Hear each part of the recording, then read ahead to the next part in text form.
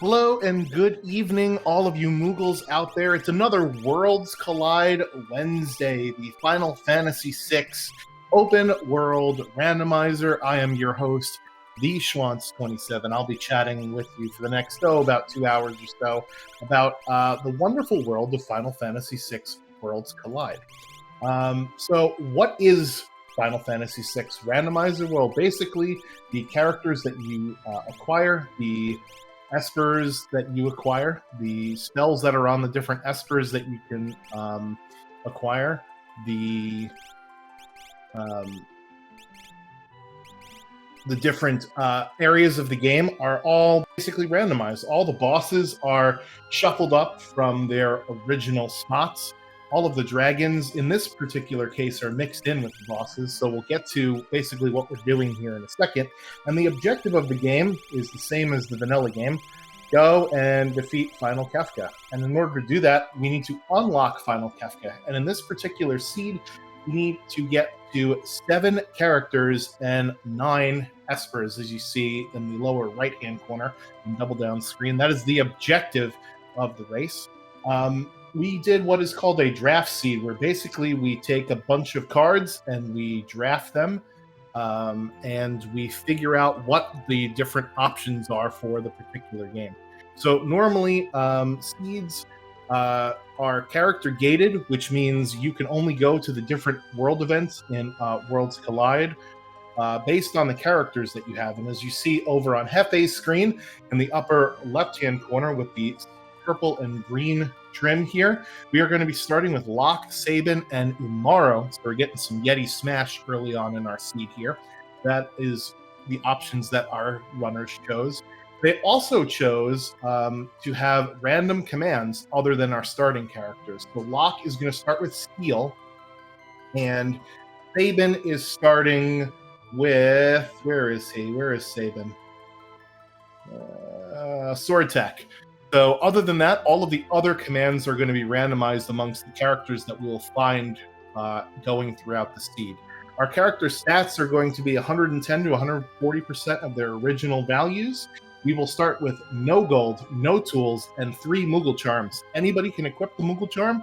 That is the relic that allows you to avoid those pesky random encounters. So you can either keep it on if you don't want the random encounters, or you can take it off in order to level your characters up.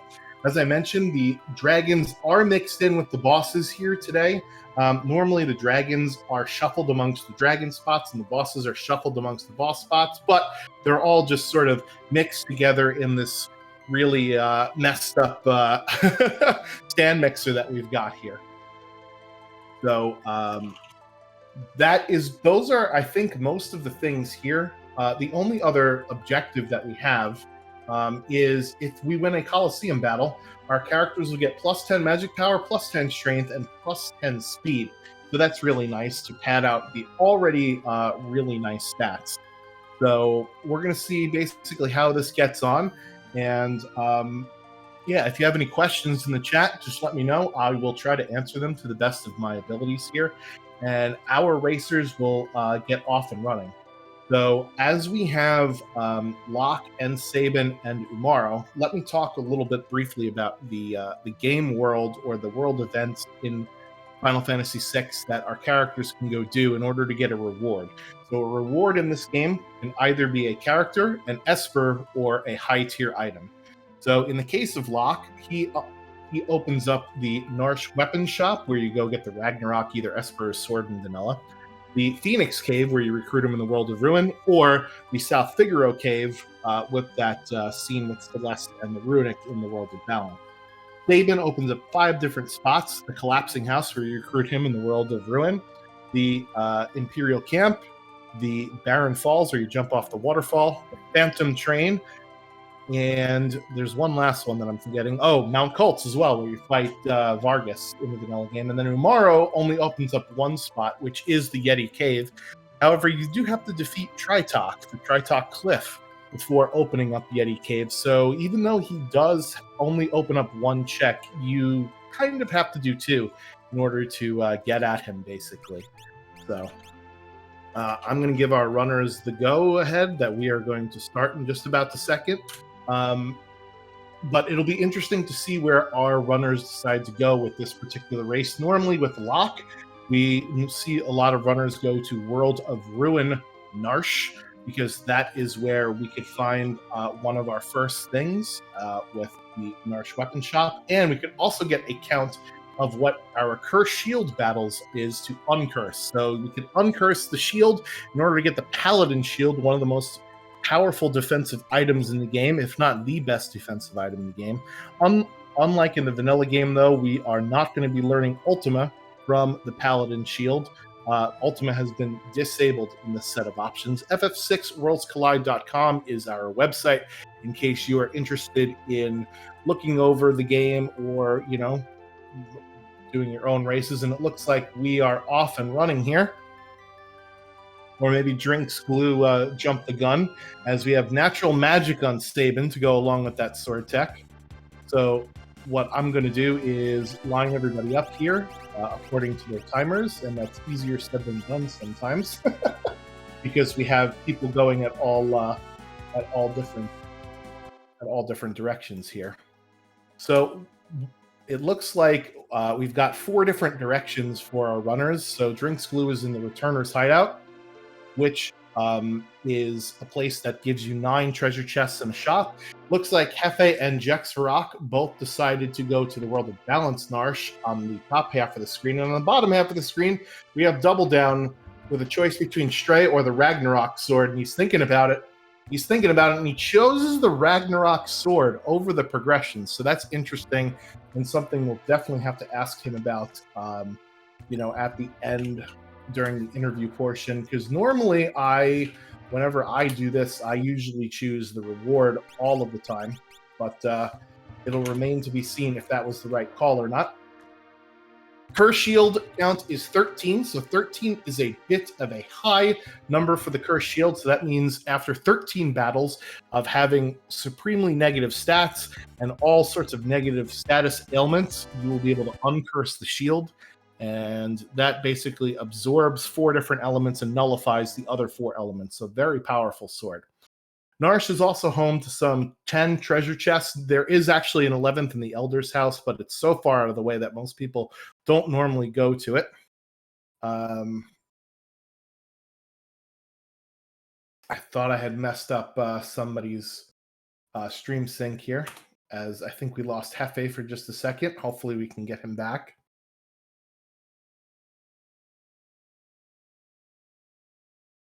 So we'll see where some of our other runners decide to go. Like I mentioned, most of the places that they have in order to go and get rewards. However, the first couple of minutes of a Worlds Collide seed, generally speaking, is all about that looting and shopping, right? Because we have to figure out exactly what we have in the seed to work with. So that's what we're seeing some of our runners do here. And Jexvarok is also going to choose the Ragnarok sword instead of the Esper. So interesting choice there. And it looks like Double Down has found some earrings in the relic shop, which will give you a 25% boost to your magic or a 50% boost if you wear both pairs of earrings. We also have a hyper wrist, which will increase your strength. So that's always good to see as well. Am I making people like further ahead and further behind? I'm screwing up the stream sync, I think. I think that's what I'm doing. Let's go back to the way it was, and then I can try and sync it all up afterwards here. All right, so the South Figaro basement where Drinks Glue is has, I think, 13 or 14 different chests. Tons of different chests in that area to go choose from. And that's a very popular looting spot. Even if you do not have Celeste to do the South Figaro prisoner check, a lot of people tend to go towards this particular check because of how powerful it is.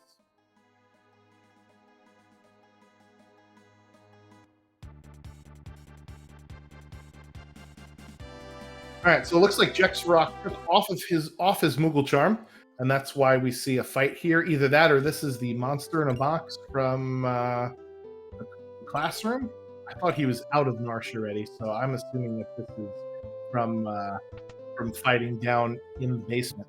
Unfortunately, the Telstar is one of the monster in the boxes, so you won't actually get any XP from this fight. You'll only get a green beret, which is a helmet, and it was in the classroom there, so we know one of our monster in the boxes. The monster in the boxes are shuffled amongst themselves here in this particular set of options. So if we're looking for things like an offering with Katana Soul, we'll probably find it at some point with searching the monster in a box. Saban has several different checks of his which do have monster in a boxes in them. So that'll be interesting to see if we could find one of the desired ones. All right, so I think I got everybody lined up kind of perfectly now. Kathy's maybe just slightly behind. Technical things aside, it's much better than it was last week when we were actually unable to start our race at all to do our showcase for our new latest version of the game here. So, South Figaro, you could actually loot the outdoor portion of it in both the World of Balance and the World of Ruin, and it looks like Drinks Glue has found some Magus hats. Those are very cheap items, and they give you +5 magic power, so that's a really nice pickup very early on in the seed.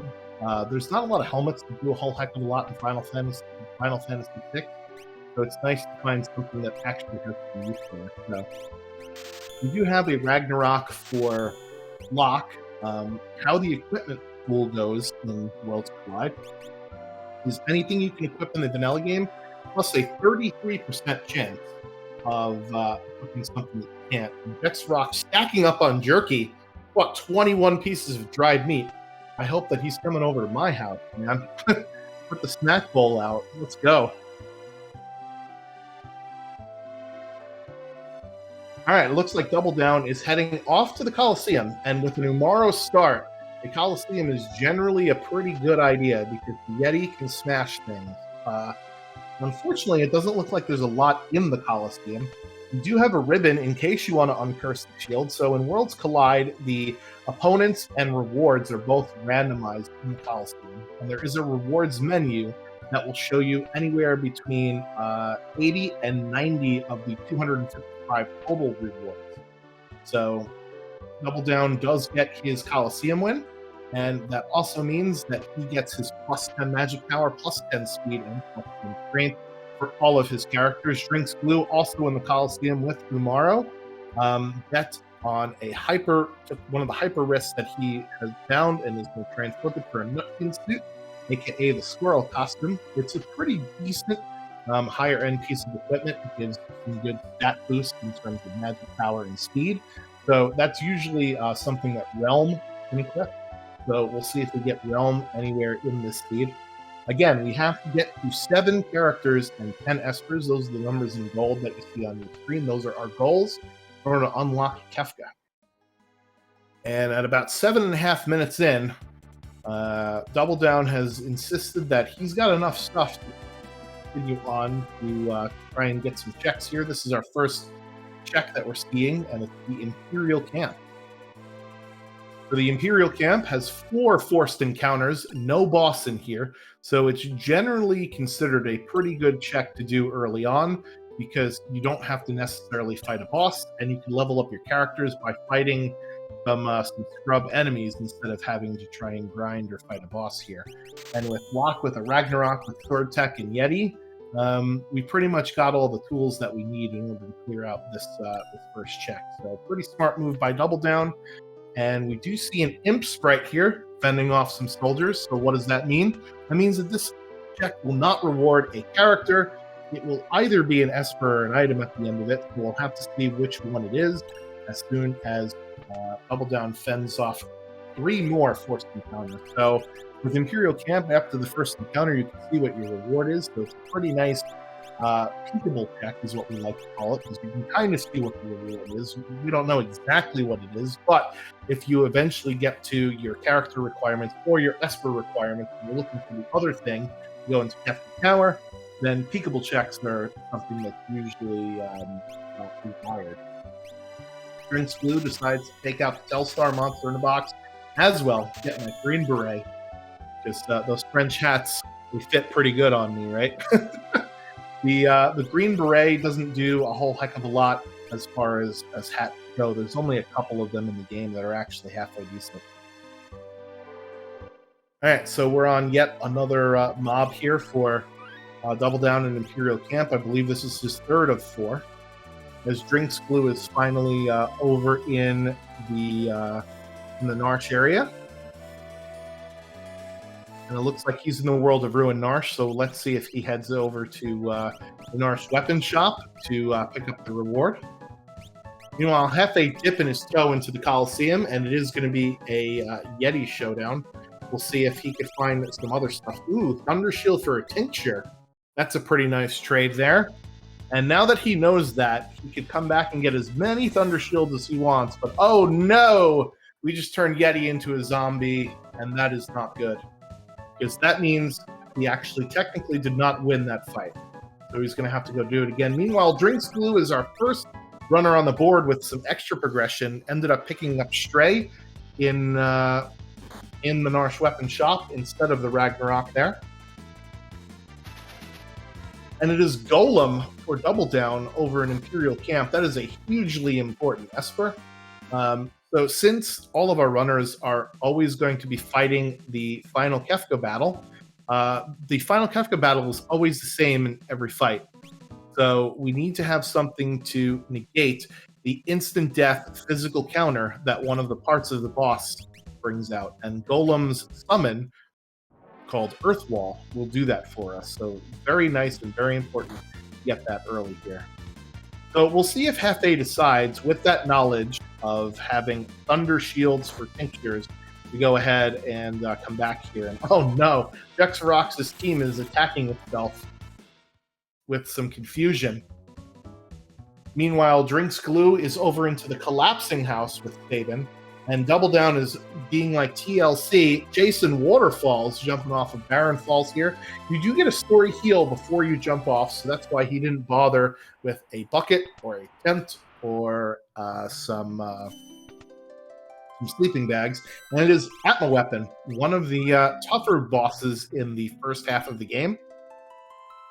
Thankfully, he's not all that bad with scaling. So how this game works with enemies is enemies are scaled based on the amount of progression that we have. In this case, since we have 3 characters and 1 Esper, that means our progression number is at 4, and you double that in this particular case. So you can set the scaling to be whatever you want it to be. So in this case, this Atma weapon is at level 8. So 8, give or take a level here or there, right? So that is what he has to contend with. Just putting Locke to sleep right there. And it is a soldier sprite for Drinks Glue and Jex, who high-fived coming in and out of the collapsing house here. So this is not a character. This is either an Esper or an item, and we'll see what's in here. Drinks Glue did not check any of the monster in the boxes in here. And once you complete this check, you can't go back into it. So curious that he decided to go into the monster in a box in the classroom, but decided not to check the ones in here. Double Down gets through his Atma weapon fight, and it is some fixed dice for Drinks Glue. So it is unfortunately what we would consider a dead check, because that's a high tier item, not a character or piece of magicite. However, fixed dice is usually pretty decent as a weapon. It does damage based on your level and the roll of the dice. So it's very RNG dependent. It's very good in the early to mid game. Kind of tails off towards the end a bit, because you most of the time end up rolling things that are more helpful or more hurtful than helpful. He does pick up an ice shield in that weapon or that armor shop there, though, so that's really nice. That will teach one of his characters the Ice 2 spell at a ×5 rate. So Jexarox checking the other monster in a box, and it is an undead enemy here, the Aloe Vera. This will drop Tiger Fangs, which is Sabin's naturally equipable best weapon. It's usually just relegated as a stat stick in Worlds Collide, however, and with Sword Tech on Sabin, we were going to want to bump up that strength stat, because most of the Sword Techs, except for 5 and 6, are based on the strength stat of your character.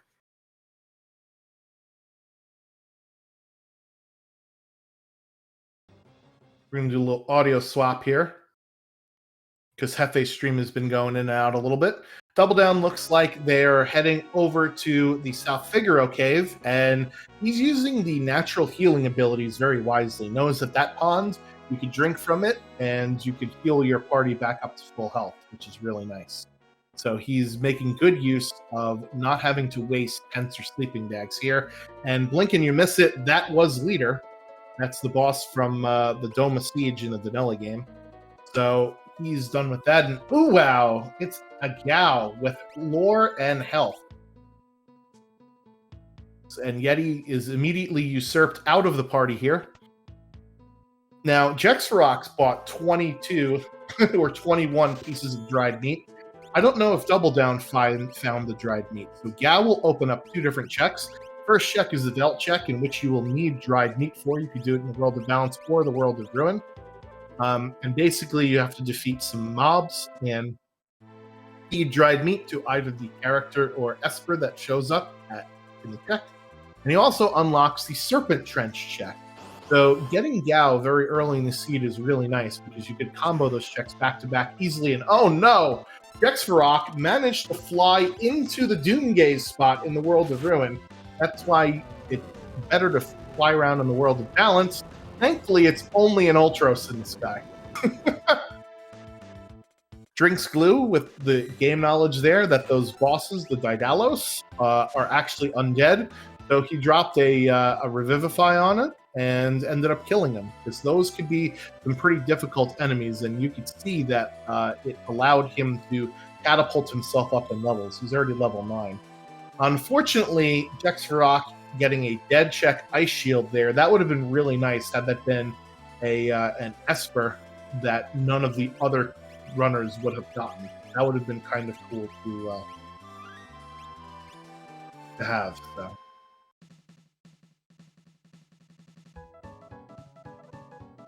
All right, heading into the Coliseum here after grabbing a couple of levels. And it looks like he's also found the Thunder Shield for tinctures. Hopefully, we will have some... there it is. No Doom Pollen for Jexarock here. Oh no, it's a computer crash. And Hefe has unfortunately ended up forfeiting for the race. Luckily, we have a 5th runner on deck for this race. So I'm going to hot swap him in here for just a second. Hefe, while you're in the chat, thank you for volunteering to be on stream. And hopefully we have some better luck next time with your PC. I know that I've been having some PC issues as well. So that has not been fun. And hopefully you will get through that. So if you would like to do some commentary instead, you're certainly welcome to do that. All right, so we're trying to punch in another one of our players, Over Swarm, who is also running in this race. Clearly the cropping is wrong, so I'm going to try and fix that here. Meanwhile, Double Down hops into the Serpent Trench.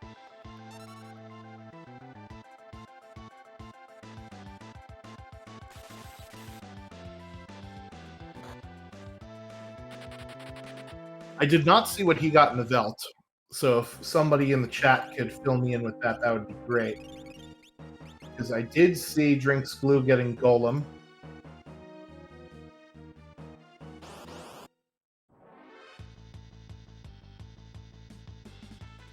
When can you miss it? No worries. I don't think it's a character, because otherwise Yeti wouldn't be back in the party. As we have Double Down stealing back from the bear that stole from him. So Gao has lore, and in the vanilla game with lore, what happens is Strago, or in this case Strago, he has to actually witness a monster casting an ability. In Worlds Collide, you don't have to have that lore member witness it. It just has to be witnessed by your party in general. So that's what Gao with lore is giving us here. We started with Sourmouth, which is a pretty decent one. Drinks Glue heading into the back of the caboose of of the Phantom Train, and it is an offering, and he's deciding to take it through. Remember, we got fixed ice out of the collapsing house, so so an offering here in the Phantom Train is probably a pretty decent one. It looks like we've got one Esper there for Jexvarok, and it looks like we have at least two for Overswarm. I'm going to look at his tracker and try and figure out what he's got. So he's got 3 characters, 2 Espers, and 1 dragon. So he went up the World of Ruin Narsh route. There is a dragon at the top of Narsh that you can go ahead and go take. So that's what it looks like he did. Double Down did not do the Velt.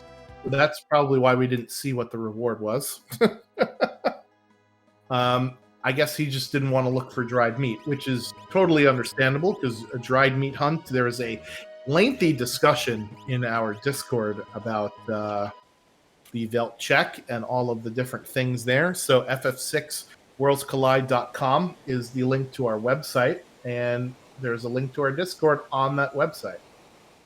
You can come join us and come discuss whether or not you like beef jerky.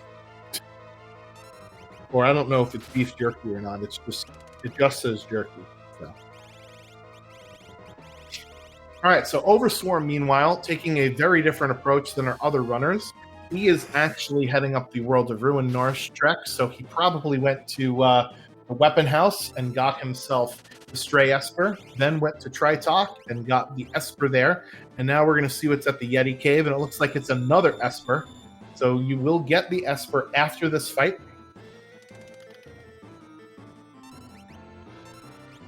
And it looks like for Double Down here, we got a Strago. So he's already got his 5th character. Strago with Capture, not great. Let's see if he decides to put Strago in the party instead of Yeti. Yeti with 139 strength. Dear God. That is insane.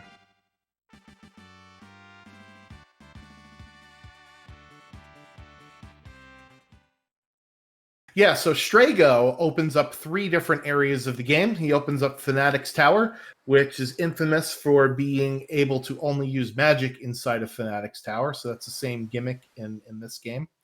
He also opens up the Burning House, which you get access from the World of Balance or the World of Ruin. There's some dried meat for Double Down, so maybe he will double back to go do the Velt Cave check there. It is Bahamut coming down from Barren Falls. Thank you so much for that in the chat.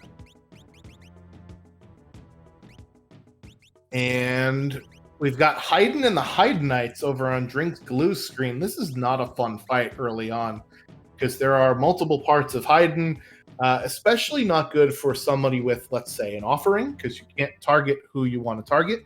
And Yeti just hits whoever he wants to hit. So we'll see if Locke can clear some of these Haydnites out of the way. There we go. And kills the boss as well. Very nicely done. So it looks like Double Down reducing his party to 3 so that we have a slot for Gao's character or the Velt reward to show up into. So notably, Drinks Glue had to actually slug that one out against Haydn and the Haydnites because in Worlds Collide, there is a setting that removes the undead property from bosses. So you can't just drop a Phoenix down or a Revivify on them to kill them. We actually make you fight the boss. So that's the case for Phantom Train and Haydn and the second phase of SR Behemoth. It is the Madeline Esper there on the Velt, so that's Double Down's 3rd. So even though Double Down looks like he's got the progression lead here, it's kind of hard to tell most of the time who's in the lead versus what's going on. So never count any of our racers out. As you all may know, Kefka can be a problem. And I'm known to commentator curse lots of things. So there's always that. 3rd Esper there for... Yep, 3rd Esper there for Overswarm, taking out the Yeti Cave, and I think that's Tritok.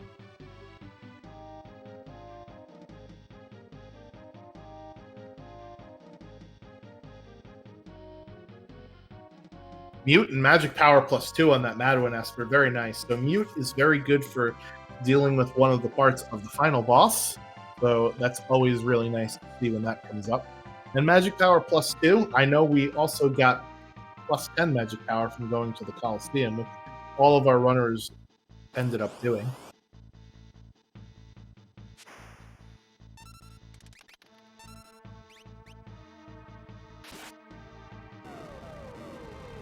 Drinks Glue getting the Ahmed Esper at the bottom of Barren Falls there, and it looks like Overswarm is heading into the World of Ruin Opera House.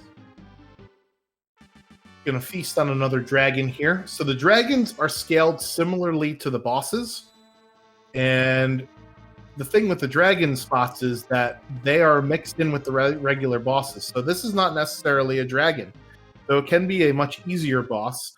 The dragon spots in Worlds Collide will yield a high tier item because they are considered checks. And I did not see what was at the end of Mount Cults, but looking at Jexarox's tracker on his own stream, it was an Esper. And Double Down is also going to give us what Mount Cults is here in a second. Jexarox heading to South Figaro Cave. And Drinks Glue is also right there for this leader fight. Dataluma goes down. So let's see if this gets counted as a dragon or not. It does get counted as a dragon spot, even though it isn't actually a dragon. So what I'm going to do is I'm going to tricky that off right there, because it's not actually, we didn't actually kill a dragon. As Drinks Glue gets his Gal, right? That was Gal that was there.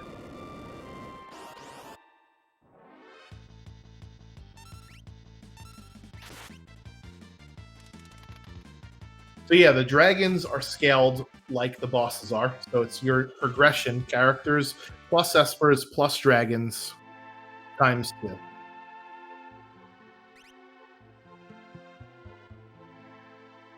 right, and to Zen Thief in the World of Balance is 33,000. I didn't actually get to see if that was an Esper or not. I couldn't see what the text was. I just saw the amount.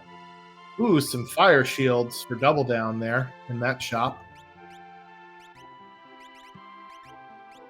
That's always nice to see. He's going to sell a whole heck of a lot to go buy another one. He's just about $1,000 off. Get rid of that sniper sight. What are you still doing with that? There we go. Drinks Glue bringing this party down to just 2 members in order to get this Velt reward here.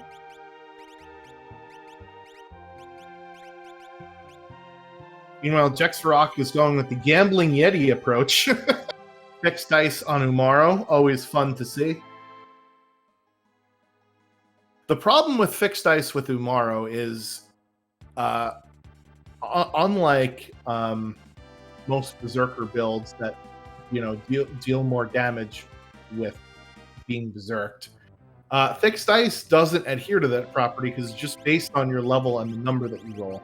Additionally, when Yeti does his body slam maneuver, it's actually based on the battle power of the weapon, and the battle power of the fixed dice is like 1 or 2. So if Yeti does a slam, it's significantly lower powered than if he was to use basically any other item. So fixed dice with Yeti is kind of interesting. And it's about the same amount of money, 33,000 in the World of Ruin. So I wonder what the Zen Thief is selling today.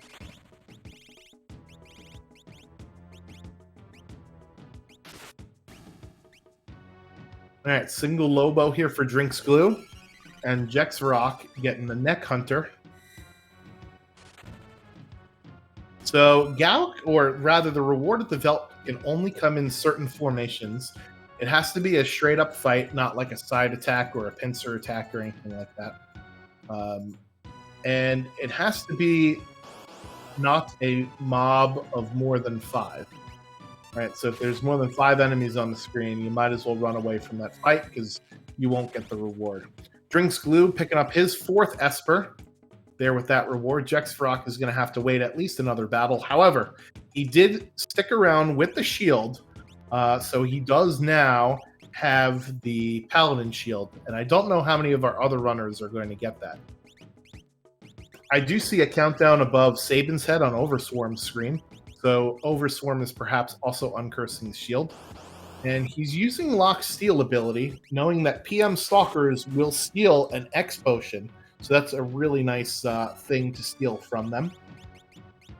Double Down getting the bad news that we got just fixed ice at the Collapsing House. Jexy finally getting his Esper here, and him and Drinks Glue are pretty neck and neck in terms of progression.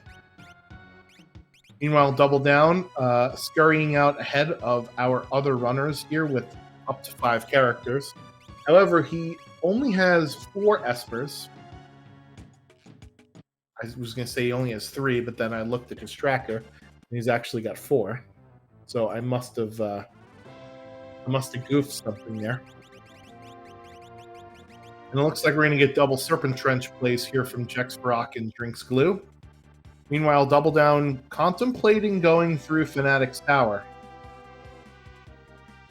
I think he peeked it and didn't see a character, so he's going now into Ebbets Rock, which gives me an excellent opportunity to talk to you about the changes that we made to Ebbets Rock for our new version 1.3.0. You normally have to go around here and collect 22 pieces of coral and then find your way to the boss room. So what we did in an effort to make Ebbets Rock less miserable is once you do get to 22 or more pieces of coral, you have a 50% chance of teleporting to the boss room, a 25% chance of teleporting to the entrance, and a 25% chance of teleporting to the save room. So this way it makes the check way more palpable. As you see, that's the entrance, that's the save room, and here's the boss room. Oh, I was hoping I would get the boss room there.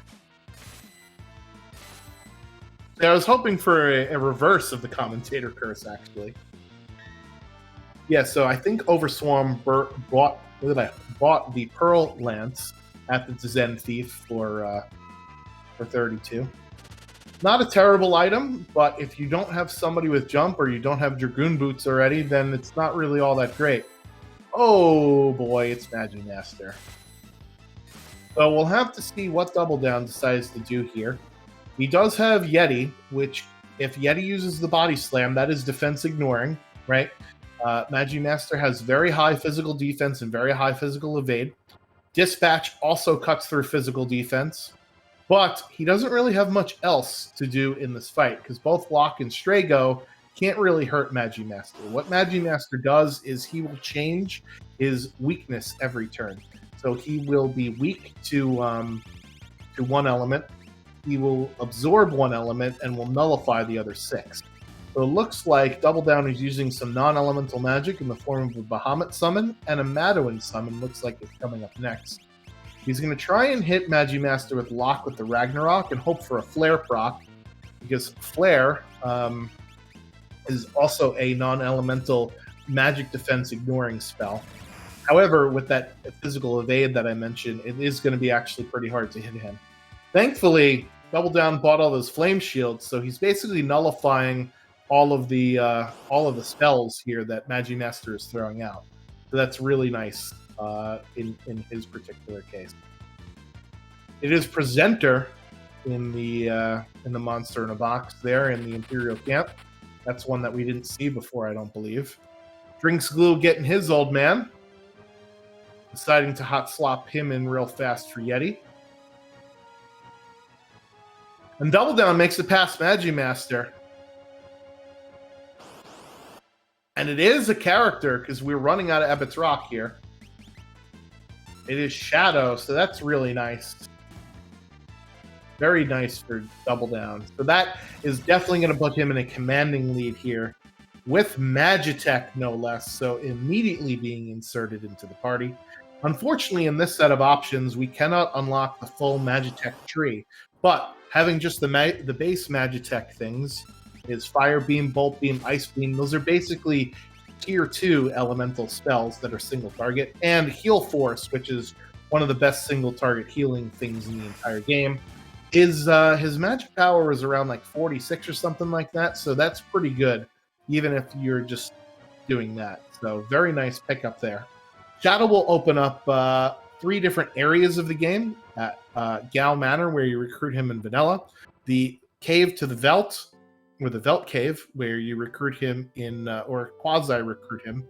You save him, basically, in the World of Ruin. And the last spot that he opens up is Floating Continent, which is actually a 3-part check. At this point in the race, I don't know if Double Down is willing to go for all 3 of the parts, and he's in the wrong. He's at the wrong Gal Manor. You have to be in the World of Balance Gal Manor. There we go. So not Fanatic's Tower. Floating Continent gives you 3 checks in one, and the first check and the third check must be a character or an Esper, so they are guaranteed progression. However, in order to get to the first part, you have to go ahead and defeat 3 force encounters plus 2 bosses before you get to the first save point. Then you're going to walk all through the Floating Continent to get to check number 2. And then check number 3 is another 2 force encounters before a boss at the end. Meanwhile, Drinks Glue heading up to Kefka at Narsh and finding a Go-Go, so he is going to get his 6th character there. A little different of the 6 characters than we've seen on some of the other screens.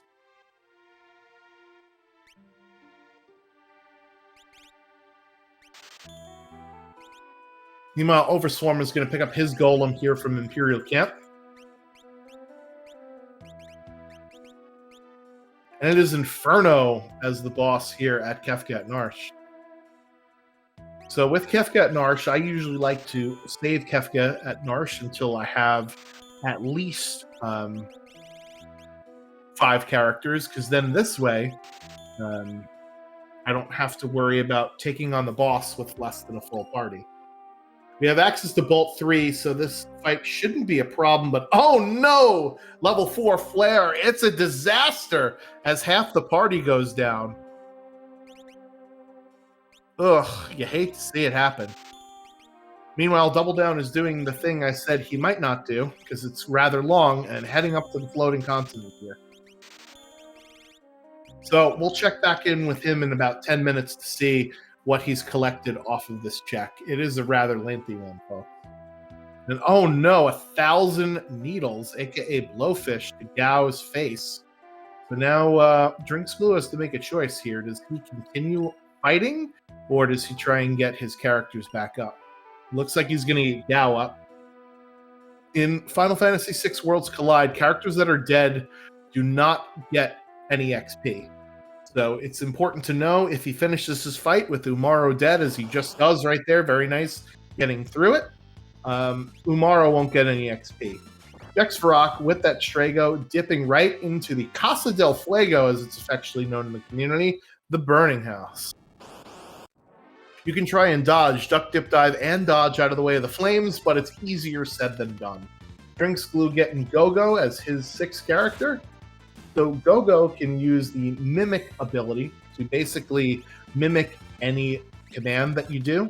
And Go-Go can also, you can also change their menu around, so you could change their commands to do whatever you want them to do. So if you go into the status menu, you could actually do that, which is something you could do in the vanilla game that I didn't know until I started playing this randomizer. New for not this update, but just the previous one, Kefka at Narsh will now dump you out at Arvin's house. You don't have to make that walk of shame all the way down from the top of Narsh, so that's a real nice buff to Kefka at Narsh. One of the checks that was not as well favored by the community. So the game is in quasi-active development with it being somewhat open source. So if you are someone that likes to do some Super Nintendo hacking, or maybe you want to create sort of an experience for yourself with Worlds Collide, join our Discord. ff6worldscollide.com is the website, and there's a link to the Discord off of that. First boss there is Tunnel Armor, and it's already dead. See you later. Overswarm, meanwhile, did see that it was an offering here in the train, and is deciding to go through it anyway, and is still digging in monster in a boxes. So when you already have an offering, there's not much else you want to look for in a monster in a box. Maybe Minerva's, or maybe a Gigantos for XP, but other than that, really the big ticket item you're looking for is an offering, and he's already got one courtesy of the caboose. Meanwhile, the second boss here is not much of a boss. It is a dragon, the blue Durgan. And now that Merton is online with those fire shields that were, or flame shields rather, that were available to purchase, Double Down is just going to burn everything on the screen. Merton is an AoE fire and wind attack that will hit everything on the screen, including your own party. So you better have some fire or wind nullification. And with some flame shields, that means he's actually healing his team while harming the boss. So it's one of the more powerful strategies in the game. You just got to have the things for it. Ragnarok Esper there for floating continent number 1. My least favorite boss in the game is on Jexarox's screen, however, with Air Force, because Air Force can basically just decide at any point that this fight is over. You can use Launcher to reduce your party's HP to fractions of what it normally is, and then use one of his other 2 turns for an AoE attack to wipe your party. Gao unfortunately did not make it out of that fight, but we'll see what's at the Burning House. Drinks Glue peeking the bottom of Fanatic's Tower, and I believe that was not a character that we saw there. So that means that that's an Esper at Fanatic's Tower. That is good information to have later. And unfortunately, Jexarock getting the bad news that somehow there is an ice shield in the Burning House. Try and square that circle for me, chat. I don't know how that exactly works. Overswarm, meanwhile, still hasn't found a 4th character with hiding in the Hide Knights here. I'm hoping that he will eventually get to where Strago is. Or Gao, right? Gao is at the bottom. No, Gao is in South Figaro Cave, and Strago is at the Serpent Trench. So that's sort of our progression here. Bomb fuel can't melt ice shield beams. You know it. Yeah, Burning House is one of those plays that's very interesting. At the beginning of the seed, I could see it much more so than at the 35 or so minute mark when Jexarock decided to dip in there. It is a very lengthy check for what it is. It's good for getting, some XP on your characters if you're feeling you're under-leveled. But if you can't beat the boss at the end, then you lost all that time doing the leveling up for nothing, and it can be an item instead of a reward, which it was in this case. Drinks Glue heading into Ebbett's Rock. He will get his 7th character here after this, so he'll be our first runner to get their character requirements. Double Down at the second part of the floating continent here against Magimaster at Home, which is number 24, the palette swap. He already defeated the other Magimaster, which is what Drinks Glue is going to run into in Ebbett's Rock here. And Overswarm is going to be taking down his Atma. I believe this is the Bahamut Esper at the bottom of Barren Falls, so they will be at 3 characters and 5 Espers.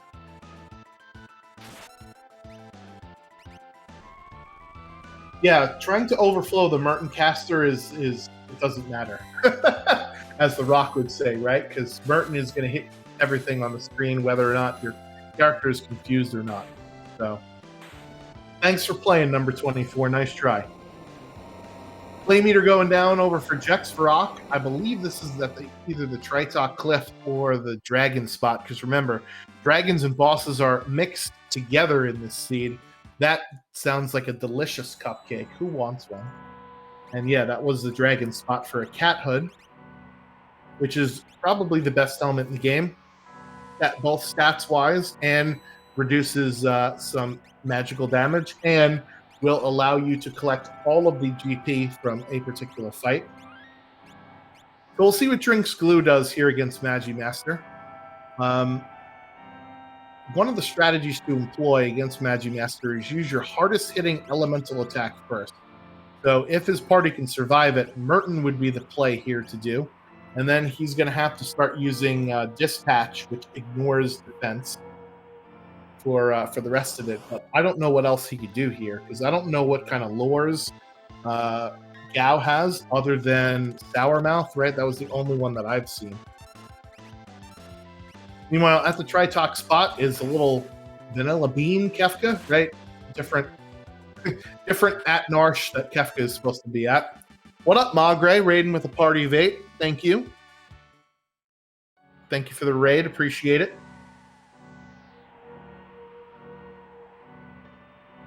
Again, if you're just joining us, this is a Final Fantasy VI randomizer. It's called Worlds Collide. It's open world, which basically means you can run around almost wherever you want. It depends on what characters you have. And the goal is to try and collect characters and espers to unlock the final battle, which is against Kefka. Double down here, getting some spicy chicken. Who's hungry? It is Poltergeist, one of the statue spots.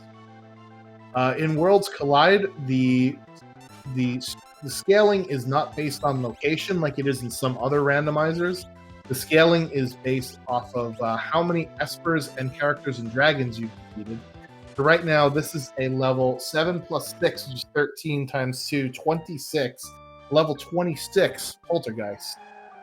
Don't really know what levels Double Down is at, but considering that this is the end of the floating continent, he's probably at a decent enough level spot. Shadow getting stop blastered. The only way to unstop a character is with Dispel. No, unfortunately, haste doesn't work. You can try it as much as you want. And Drexrock's learning that there's another Esper here in Yeti Cave. So he's going to have his 6th Esper after taking out this boss here. Drinks Glue still fighting with Magimaster. Or at least I think he's still fighting with Magimaster. No, he's done fighting with Magimaster because he's back in Thamasis. So that actually is his 7th character there, as you can see, Shadow. That was the reward for Magimaster. So good on you, Drinks Glue, for getting through that.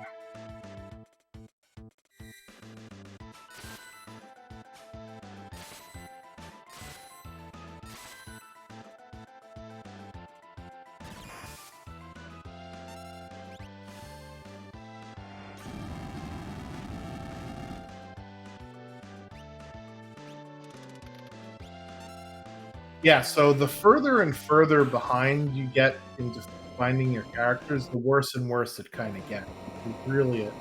It's really frustrating because characters will speed up everything, right? The more characters in your party, the faster fights will go, you know, things like that. So really hoping that Overswarm gets some characters stat.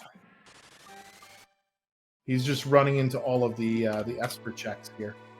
And we'll see what's at the end of the floating continent. And it is another Esper. So floating continent was 3 for 3 with Espers. So that was really nice for Double Down because he went in at 6 and 5 and is ending off at 6 and 8. Ideally, you'd like to see a character up there, right? That's one of the things with floating continent is it's guaranteed progression. Overswarm, I guess, picked up Gao at some point. Yeah, he just did South Figaro Cave, so of course he's got Gao. So that's his 4th character. Drinks Glue with some new information here. This is the Velt Cave. This is the only other Shadow check that we have not seen yet. There was an Esper at Gao Manor, and there were 3 more at Floating Continent. So Shadow really hoarding all of the shiny stones this seed.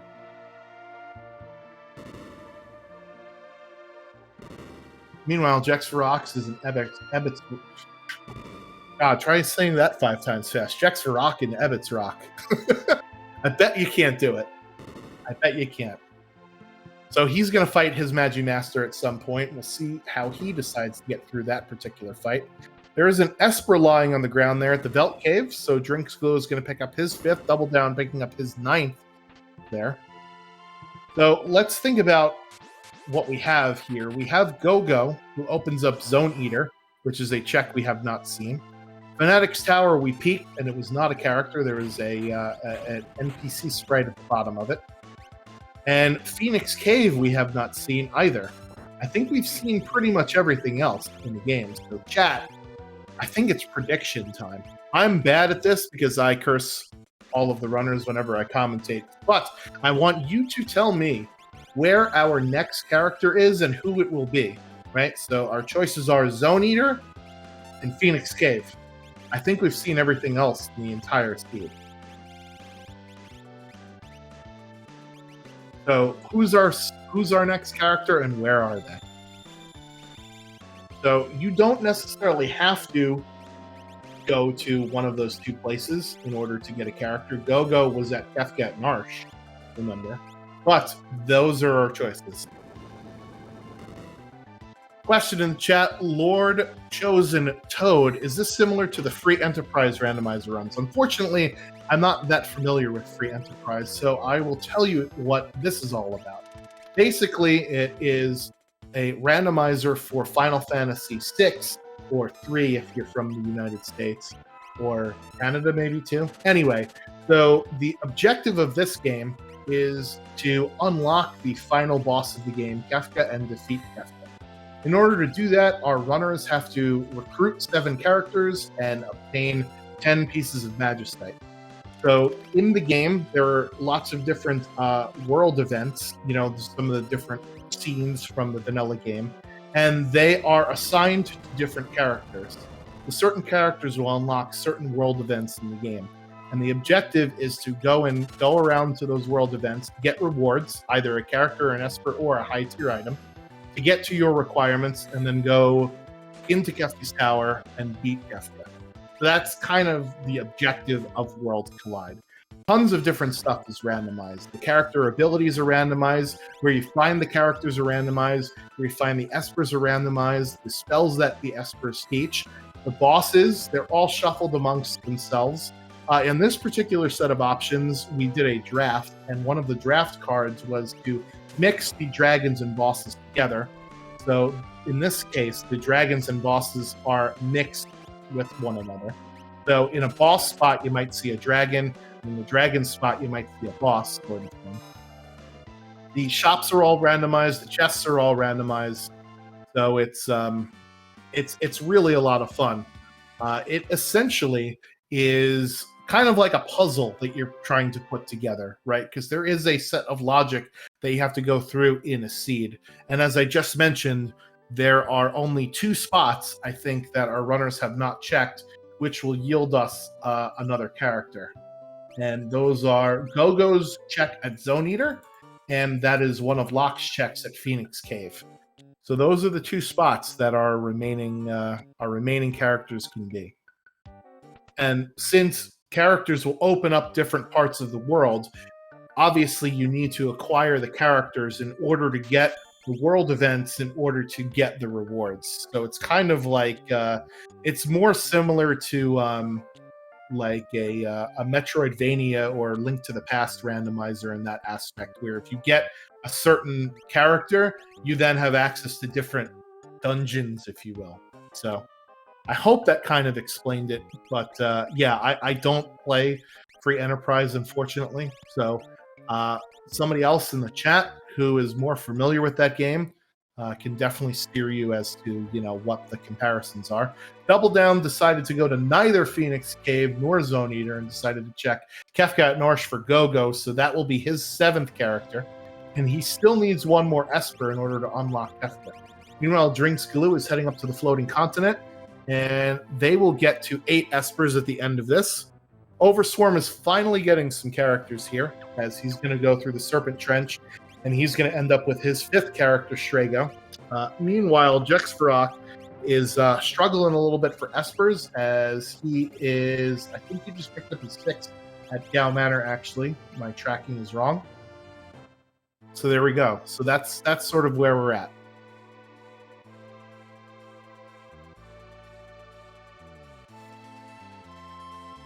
Yeah, so the gold numbers on bottom are their goals, and the white numbers on the top are, our current state of affairs.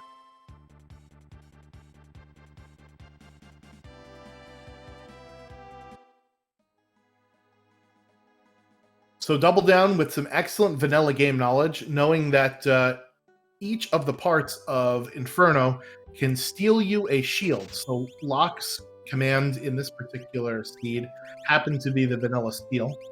So you not only need randomizer knowledge of how the randomizer logic works, as I mentioned with the whole character gating concept, you need to know a lot of vanilla game knowledge. All of the bosses, their weaknesses are all the same as they are in vanilla.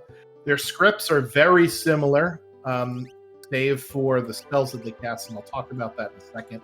And a lot of the different game mechanics are all the same as they are in the vanilla game. The bosses do have this concept called elemental ability scaling, where in the vanilla game, there is, let's say, Flame Eater, right?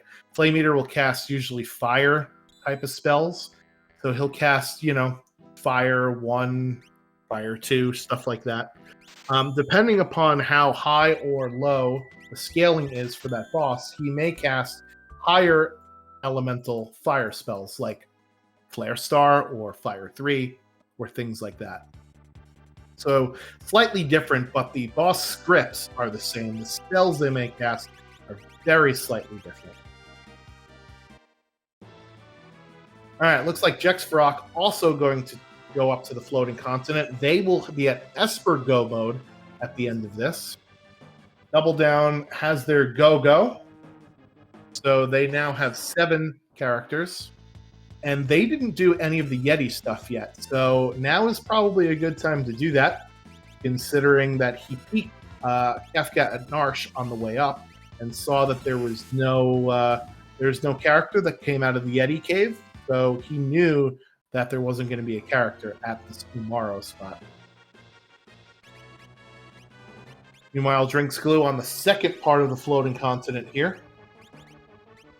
And again, I think the only other thing that I didn't really mention is how scaling works in this game. Unlike in some other RPG randomizers that scale based on the location of the boss, Final Fantasy VI Worlds Collide is scaled based on your progression. So in other words, Double Down's bosses here, since he has 7 characters and 9 Espers, will be higher leveled than, let's say, Drink Glue's, who has less characters than Espers right now. So it's characters plus Espers plus dragons times 2. And I actually think that since Double Down did kill the blue dragon and so did Drinks Glue, that's a dragon apiece for each of them.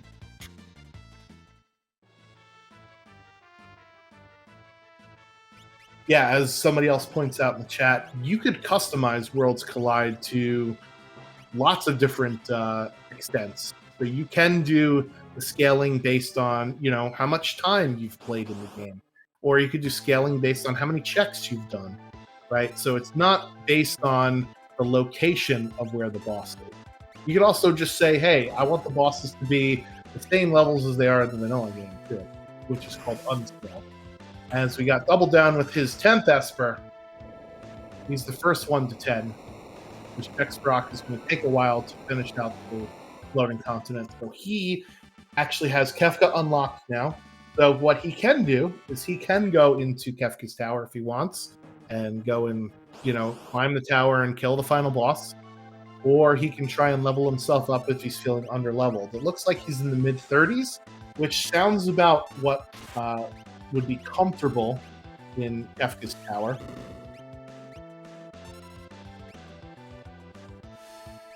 But we'll see if he's feeling underleveled. You never know. Overswarm, meanwhile, is going to have to deal with Magimaster in Ebbets Rock, but he will be rewarded with Shadow, who is the 6th character in this feed. And I believe, since we didn't see what was at Zone Eater or Phoenix Cave, but if either one of those are not characters, then a Magimaster Ebbets Rock would have been required to beat this seed, which is pretty yucky. Icy Chicken coming out with Launcher to open the fight, so that's always fun. Reducing Sabin to double-digit HP. Poltergeist is susceptible to stop. Unfortunately, I don't think we have learned it.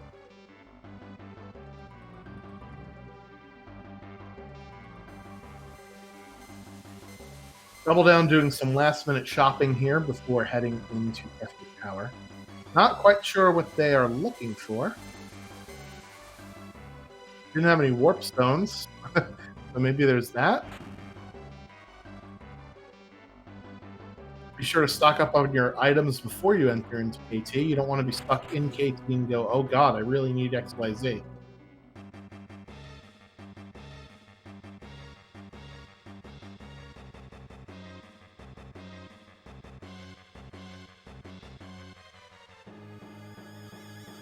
That is spicy chicken down for Drinks Glue. Very nice.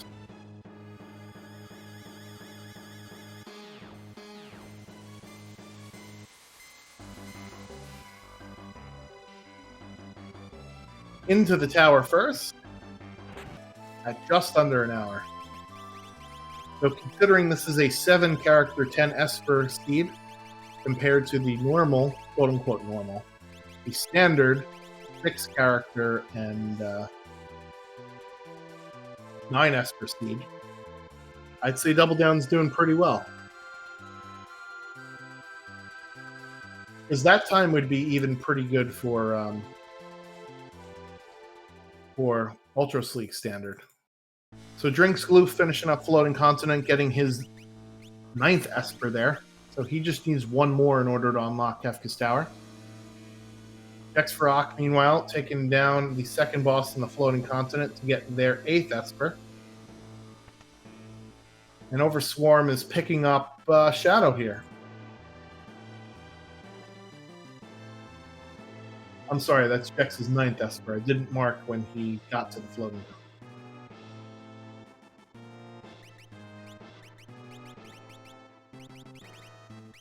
So here you see Double Down showing off the menu that you can equip Go-Go with, right? If you do the status menu on Go-Go, you can actually put whatever command you want for Go-Go.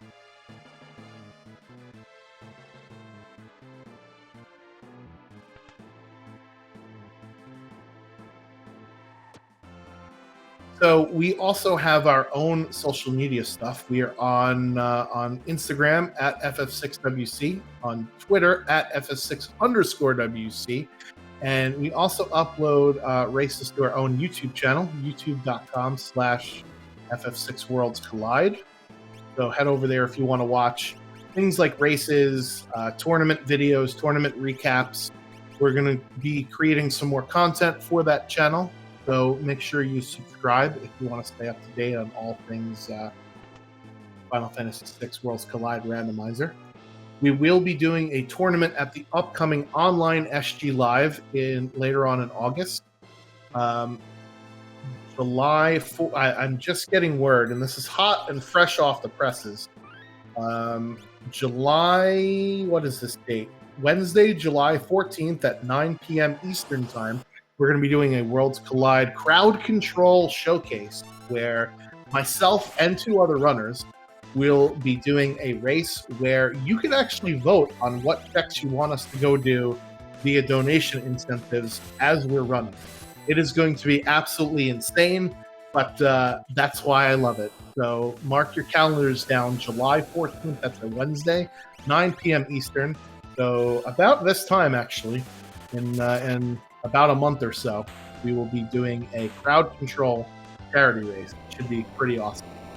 First boss in Kefka's Tower at the Inferno spot was Ifrit Shiva. Not a problem with all of the stuff that we have access to here. Jexfarok deciding to use Sword Tech 6, which is Stunner, against Icy Chicken.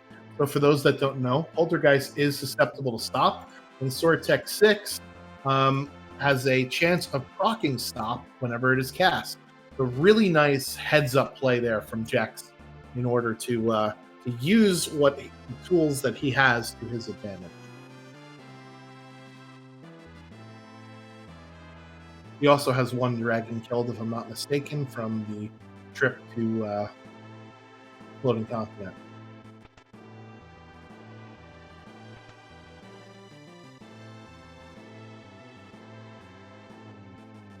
And there it is. Boom, boom, boom. Let me hear you say wayo. That is spicy chicken down.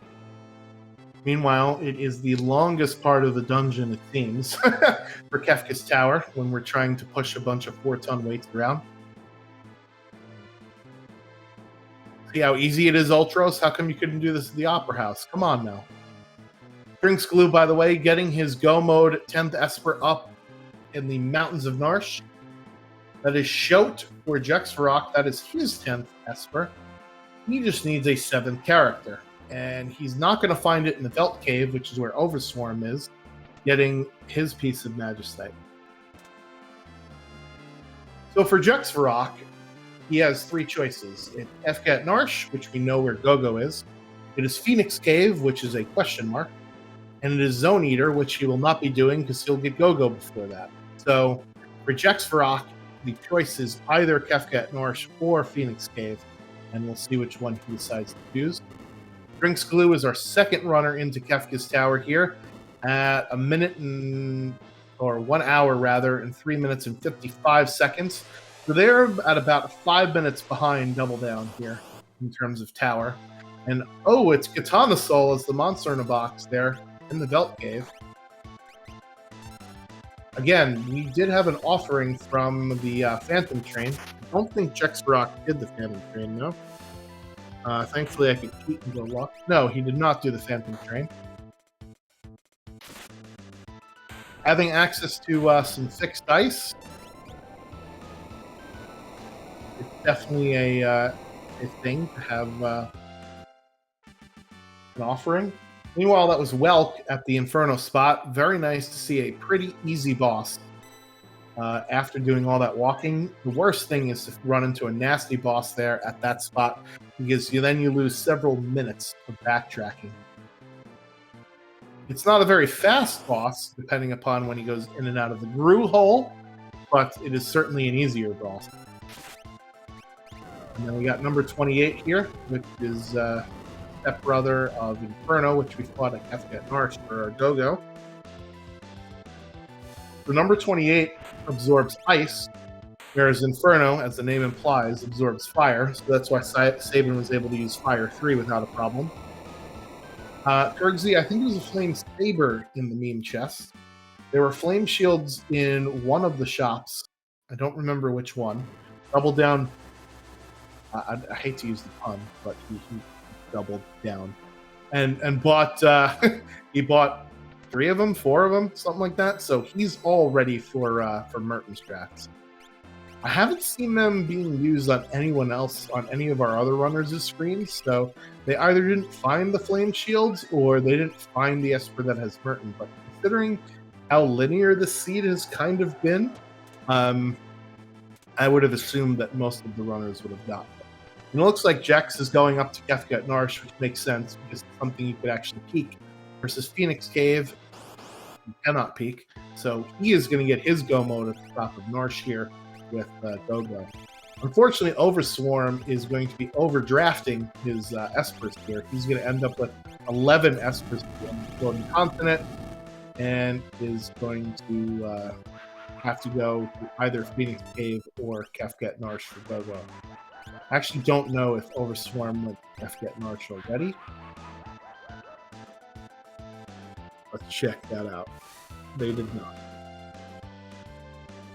Meanwhile, it's the time waste Narapa for Double Down. Narapa can actually be instant death. The problem with Narapa is that Narapa has auto reflect on, so you can't actually cast magic directly on them. You need to use something like X-Zone or X-Fur or Cleave or something that you can't cast. Or you just cast Reflect on yourself and doom yourself. You can always do that too, but nobody wants to do that. Ain't nobody got time for that. All right, so Dex is waiting for some of the soldiers to walk by so he could just, say thanks, but no thanks. MacGyver right past them there, as if they weren't even watching. Going to pick up Go-Go, and is going to get teleported down to the bottom of Narsh at Arvin's house. One of the, Arvis, rather. Not the CEO of IBM, the Arvis in the world of drilling. Hey, fixed dice in the chest there in Kefka's Tower, and F's for Go-Go in the chat. Taking one for the team there. And it is a French vanilla, or is this actually vanilla goddess? I think that's actual vanilla goddess. So Goddess is a very difficult boss. It is weaker to physical attacks, but if you do a physical attack, there's a chance to proc Love Token, which is a spell that makes sure that you eat physical damage for her. Thankfully, we have Merton, and she only absorbs Pearl and Lightning, not Fire or Wind. So that makes that fight rather trivial once we have Merton.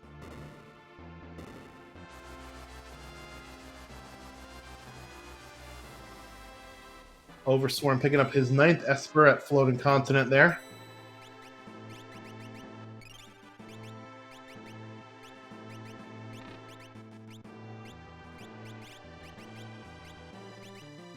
see, what does Jex get?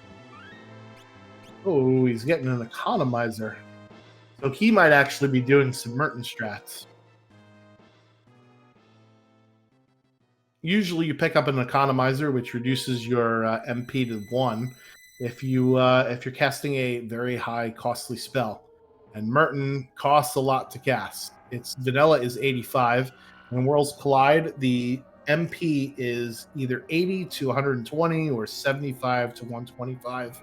One of the two of vanilla. So it can either be less or it could be a little bit more. A little bit louder now? No. We're not gonna sing. Double Down, meanwhile, on the switches here for Kefka at 109 and change. So that was about a 10-minute Kefka's Tower, which is ridiculously fast.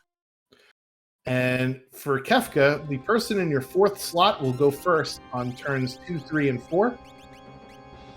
You usually want to keep your instant death person or somebody to deal with, tiers 2 and 3 in slot 4.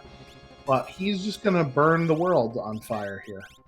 That is his strategy. Now, normally the strategy in this fight is the long arm is susceptible to instant death, which we already got rid of. Okay, maybe we didn't. We tried. There was an attempt. The head is weak to fire. The long arm is actually weak to wind, which is why Merton is doing so much damage to it as well.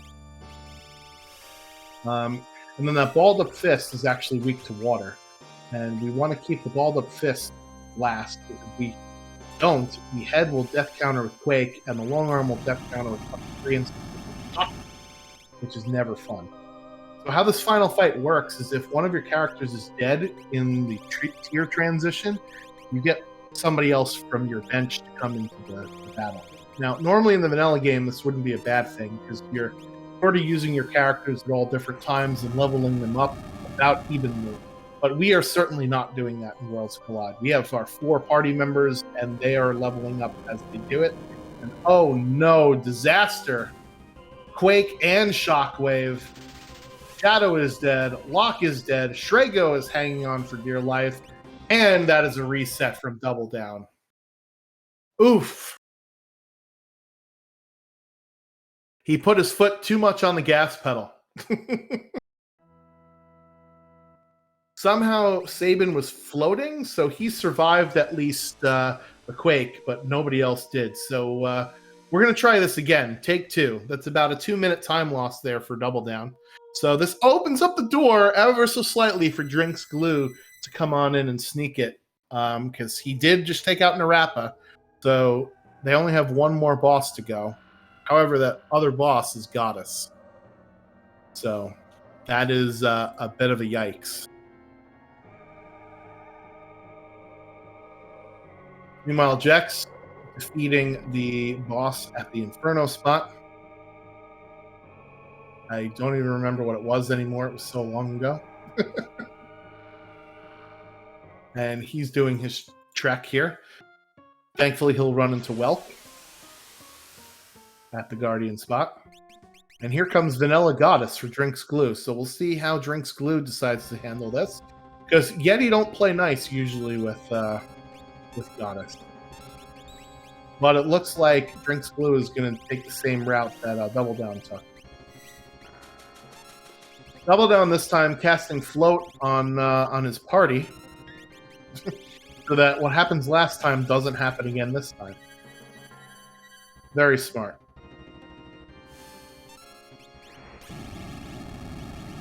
Why they say you got to learn from your mistakes, I'm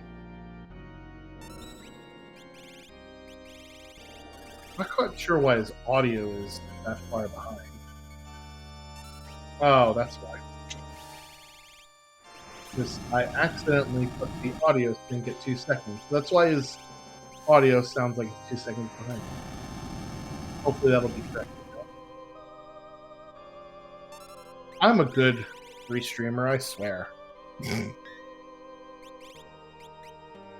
Drinks Glue hot on Double Down's heels, just finally taking out their Goddess there. Jex Varrock dispatching of Ifrit and Shiva.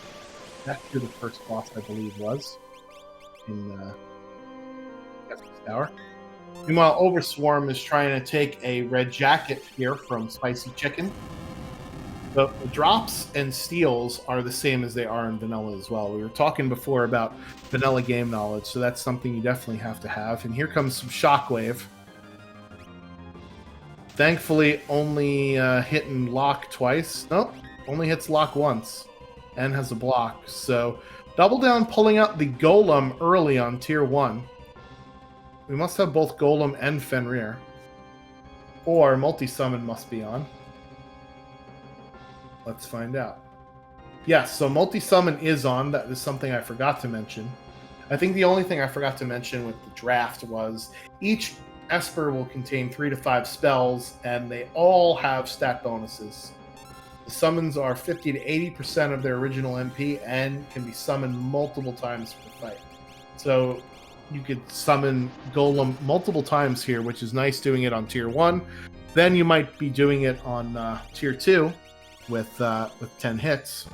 And then you definitely want it for tier 3 with Calmness. Drinks Glue is about 3 or 4 minutes behind. I'd say he's 3 minutes behind Double Down now.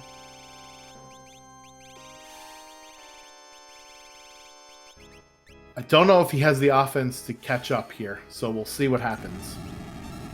Overswarm getting past the Spicy Chicken, getting his 11th Esper there. So I think that leaves him with only one choice left, and that choice is, well, 2 choices. Phoenix Cave or Kefka at Narsh. And he's choosing Kefka at Narsh here. Flying Painting down for Jexvarok there. I believe that was at the dragon spot. Yep. So in this flag set, dragons and bosses were mixed together. We did have to fight the blue dragon in Floating Continent, which all of our runners did. So let me mark that off for Overswarm as well. All right, and here comes the Golem cast for 10 hits.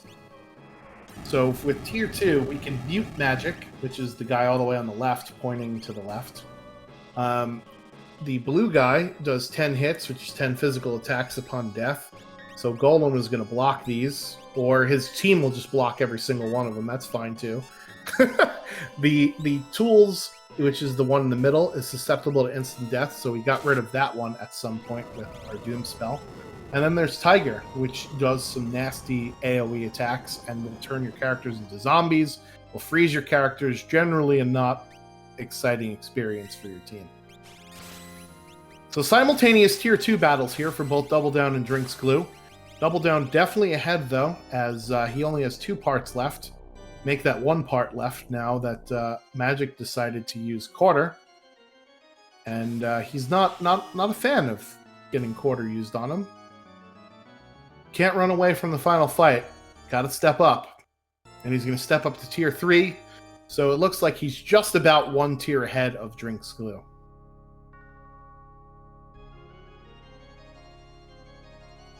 Soldiers are all lining up here for Overswarm, so he's going to be getting his go mode go at Kefka at Narsh. And it's tier 3 for Double Down, so this is one of the more interesting tiers. The girl in the back will both heal and revive the bottom part, but absorbs every single element, so we have to hit it with either non-elemental stuff, of which Bahamut is, or with physical attacks. So for a party that has been relying on Merton for a while, that is not going to work against this tier. So we'll see what tricks Double Down has up his sleeve, and Bahamut certainly is one of them. But he's going to have to do more than that, because Girl has 9,999 HP, and that is not enough. The Ragnarok Swing will certainly help, and we'll see what else we can do. We got Sword Tech with Sabin, but unfortunately you can't target with Sword Tech, so he's going to decide to use Golem now for this tier in order to protect himself from Calmness.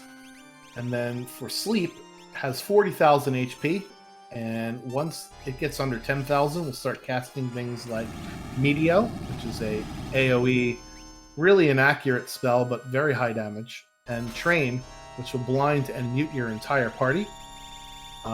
And we did fix the dark glitch, or the evade bug, if you will. So evade actually matters in Worlds Collide. Or not evade. Being blind actually matters. Overswarm, meanwhile, getting his go mode there with Go-Go. Drinks Glue making it out of tier 2 with 3 characters in triple-digit HP as well. A lot of similarities between Double Down and Drinks Glue.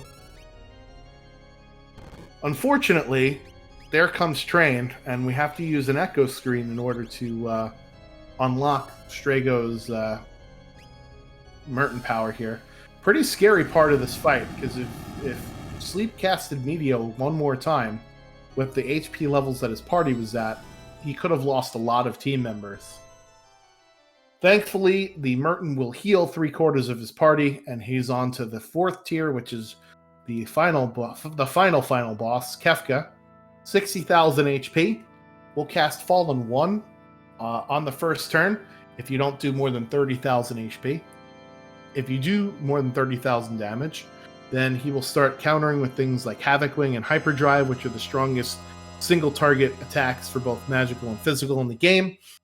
And if you get him under 10,000 HP, he may counter with Ultima, which is certainly a party wipe, although not with Sabin being at such high HP. It's normally around 2,000 to 2,500 damage per team member. However, there is reprieve when he charges for his ultimate move called Goner. He won't counterattack, so that's when you hit him with everything you got. Hit him with your best shot, Pat Benatar. Fire away. So we'll see what Double Down decides to do here. It looks like he's going to be employing the use of Quick, which will allow you to take multiple turns per ATB, and it also freezes the ATB of everybody else. So it's a good way in order to sort of finagle yourself to cast multiple things per turn, but also allow your characters to know exactly when they're going to be able to get to go. He was looking to capture a Mega Elixir there. Unfortunately, could not get one with Strago. Grandpa needs some more sticky hands, like the Sticky Bandits. All right, we'll see if Kefka decides to cast Fallen 1 here. Yep, so we did not get over the 30,000 HP threshold, and oh no, we got 2 characters down for Drinks Glue from the Medio. Thankfully, 3 of Double Down's characters are going to be back to full health here, and with Sabin having access to Sword Tech 5, aka Empowerer, that will absorb HP from the boss, so his party's already at full health. He didn't necessarily need that Mega Elixir. Looks like Drinks Glue, instead of plowing forward, is going to choose to heal the boss to get the boss out of the Medio counter phase. So that's one of the counterintuitive things you could do, is healing the boss in order to get them out of the phase where they could pretty much kill you instantly. Meanwhile, Jex Varrock is fighting against Goddess with a Gambling Yeti, who just is going to get faster and faster now. So thanks, Gao. And with an offering, even if you get procced with Love Token, the offering will bypass the character who has Love Token attached to it. So here comes the charge for Final Kefka. And it looks like he's going to do a couple of instances of Quick here, followed by some Merton casts. So this should hopefully be all over soon for him. Like I said, now's the time you hit it with everything you got.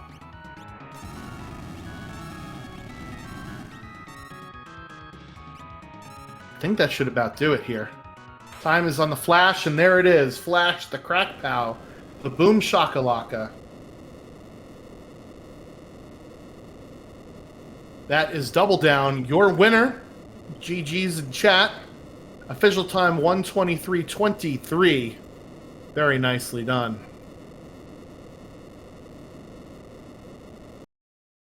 Very nicely done, Double Down. Welcome to the interview booth.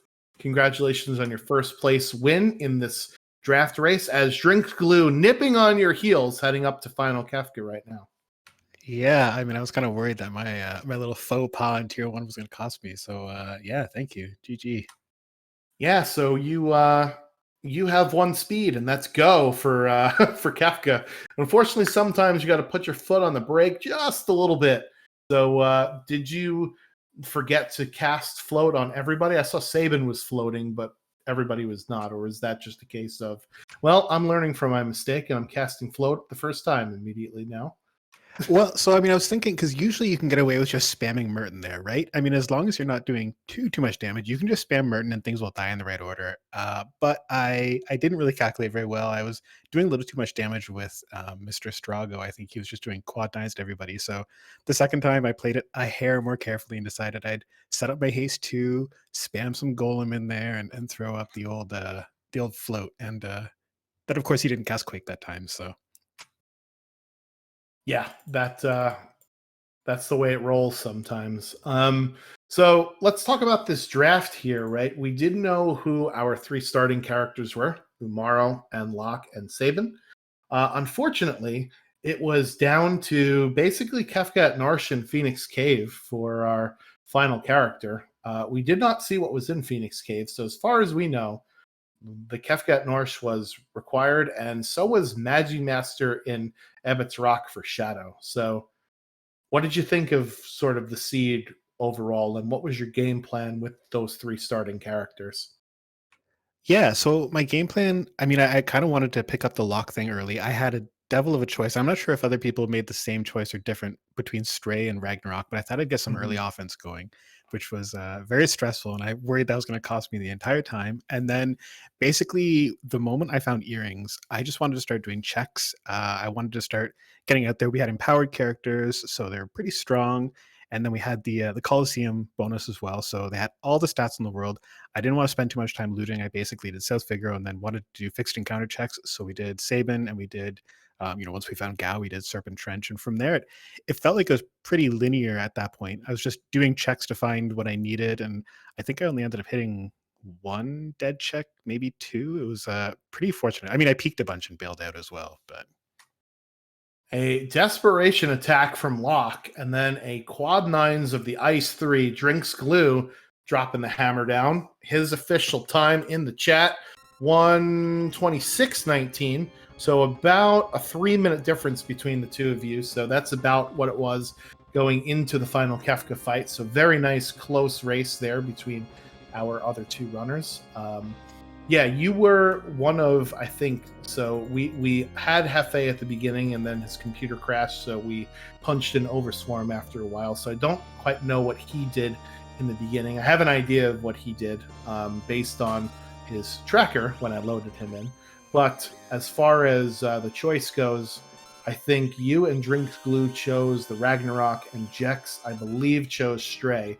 So if that was me in my situation, I would have probably chose the Esper, and that was probably the wrong play in this seed. As we saw, it was mostly character gated, and Locke, gave us the Ragnarok, but we didn't go get a heck of a lot else other than that, right? Fixed ice and collapsing house, but not a heck of a lot of stuff offensively speaking. no, not really. I mean, I was hoping to get Sword Tech 7 online. That never happened. We got Merton though, so I saw Merton early, and between that and the Flame Shields, I thought, okay, Mm. I see the path forward. And then we had a gift, an absolute gift of an encounter in the Serpent's Trench. We saw the Boras, and I was like, boy, I hope he steals from me. And he stole from me like 3 times. I made like 70 grand from that fight. That was such a deal breaker. I mean, the opposite of a deal breaker. It was I don't know. It broke things open for me either way, and Seed yeah, breaker. it broke everything but my heart. It really uplifted and repaired my damaged heart, and yeah, I went right to South Figaro, bought myself some flame shields, and never looked back.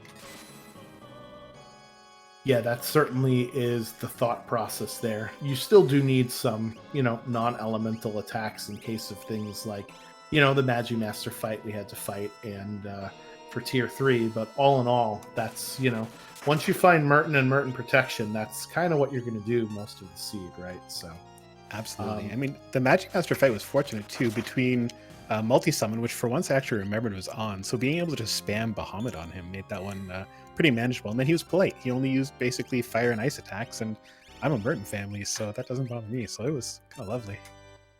Yeah, definitely is like very helpful when you could just shrug them off. No, thank you. So out of the cards that we picked in here, what one I guess was the one that you think most impacted the seed, other than the surprise Coliseum objective card, which I think everybody basically did early on in the seed. Yeah, that's a really good question. I would say, to me, probably empowered characters, although Potent Esper is maybe a close second because of how often or how heavily I found myself using multi-summon. But I find empowered characters really makes me take a much more aggressive stance in my opening. So Hmm. I'll spend a lot less time looting, a lot less time shopping. I think I was basically starting to do checks like 25 chests in or so. So yeah, I mean, with that, I just feel like there's so much more forgiveness. I don't have to worry about gear, and I'm much more comfortable just starting in doing some things early on.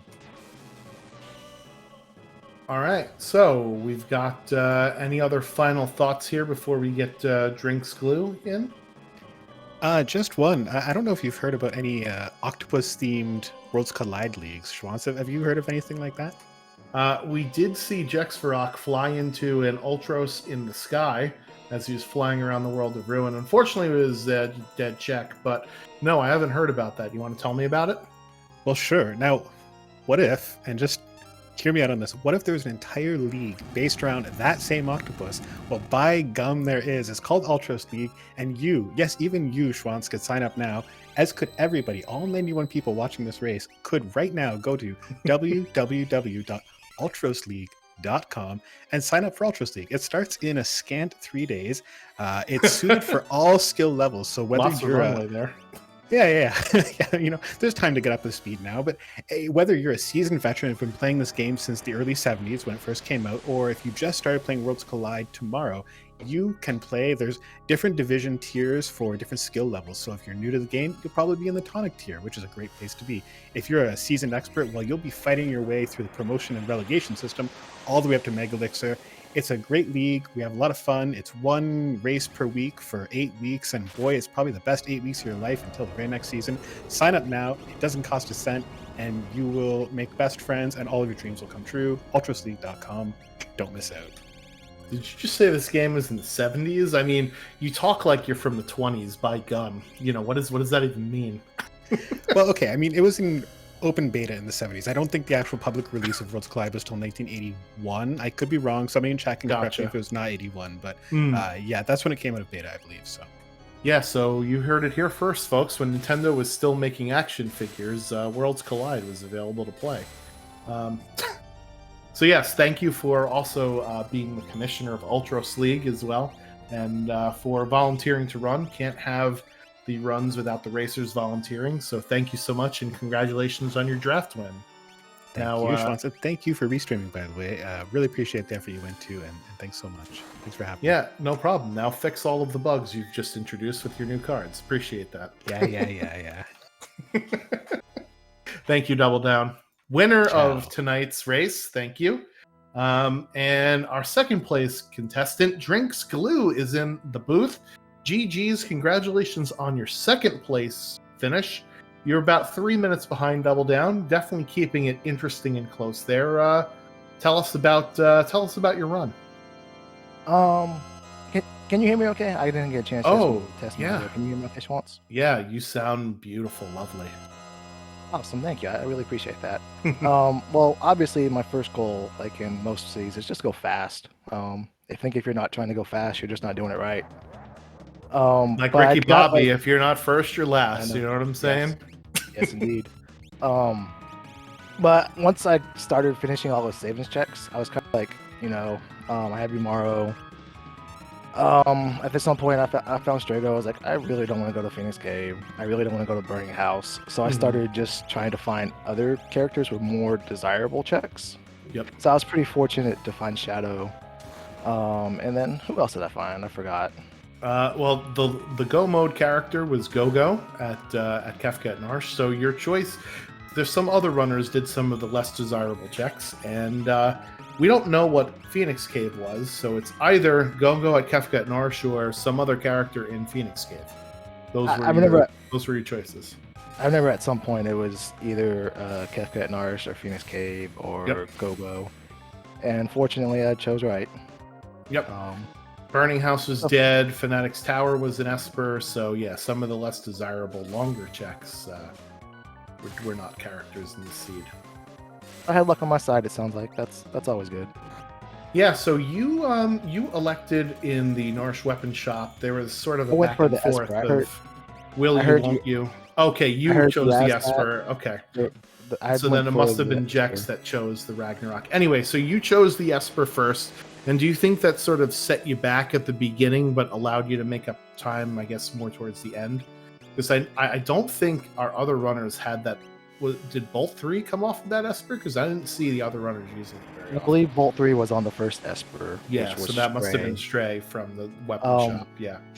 When I saw that, I was like, crap, because I have Savin with 70 somewhat vigor Mm-hmm. block and Umara. I was like, it's just a matter of time before I find a Valiant Knife. Right.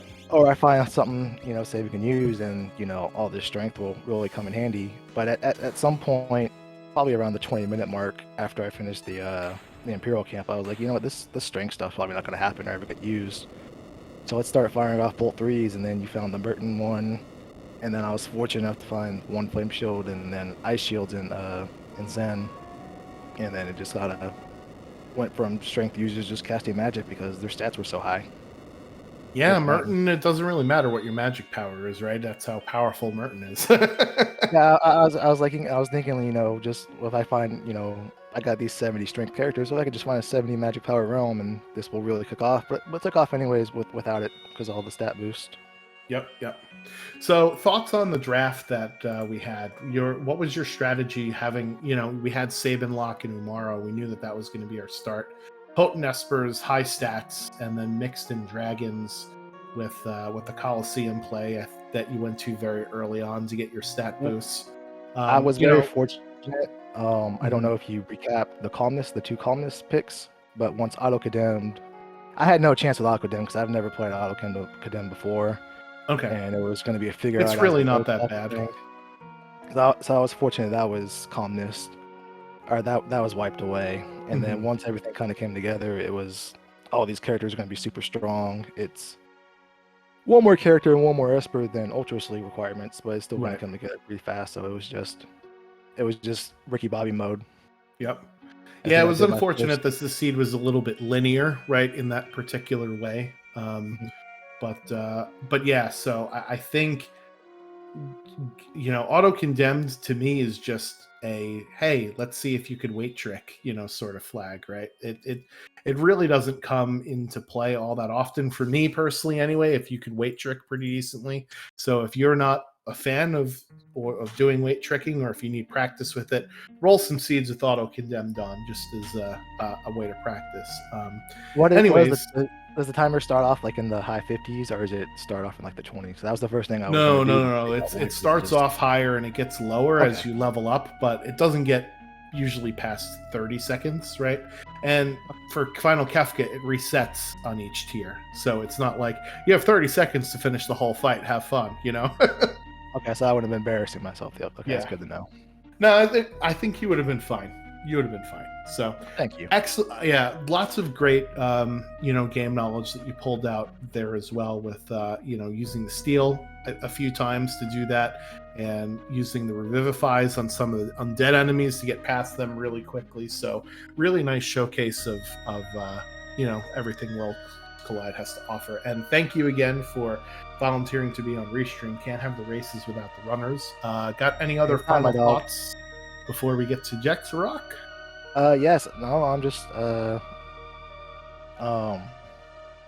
no, I had a lot of fun, and that's all that matters. So thank you all for having me, and then thank you for having me on here in the chat after. All right, make sure you sign up for Ultras League, ultrasleague.com, if you're not already signed up. I've heard of that. So I've never done Ultras League before. So what happens to me as I get placed in? I assume I'm in the lower tiers. Yeah, so you'll start off in Tonic, and it'll be a fun time because you'll be with other racers that have either never done Ultras League before or are newer to the game.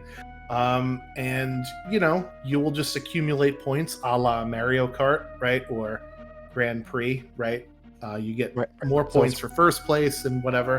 And it's basically just 8 weeks of you play one seed per week, and you can play it on your own time. and the top 6 finishes that you have out of 8 weeks will get you points. If you place in the top 2, you will move up to potion, and then rinse and repeat. If you are in potion and things don't go well and you struggle a little bit, you'll go back down to tonic. So it kind of gets to be almost like a skill-based system, of grouping. So considering you were only a couple minutes behind Double Down, and you were ahead of Jex Varrock, who was in my division last year of Elixir in Ultros League, and Double Down I think was also in Elixir, I think you'll be in pretty good shape. Awesome, thank you. Well, looking forward to it. Sounds good. Well, catch you out there, and we'll see you later. Thank you, sir. All right. We're bringing in our 3rd place finisher, Jex Varrock. Congratulations on your finish. Unfortunately, you decided to do Burning House, and you ran into a dead check in the sky as well. So a little bit of time that got padded out for you in this particular race.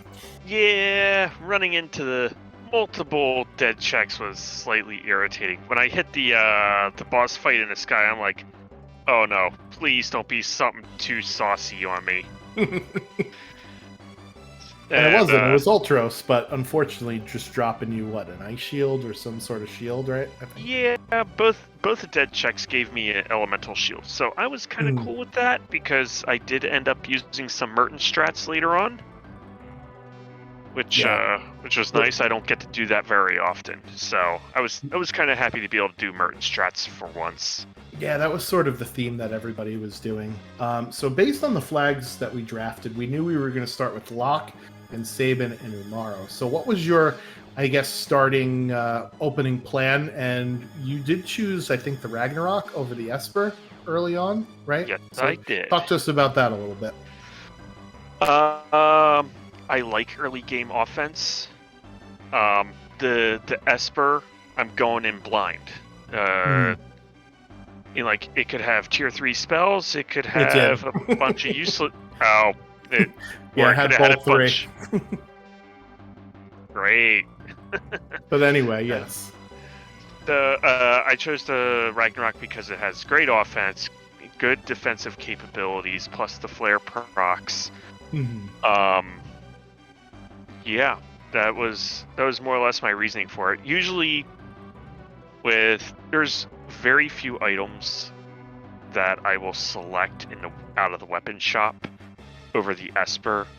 The Ragnarok and Illumina are 2 of them. Right. Maybe an experience egg too.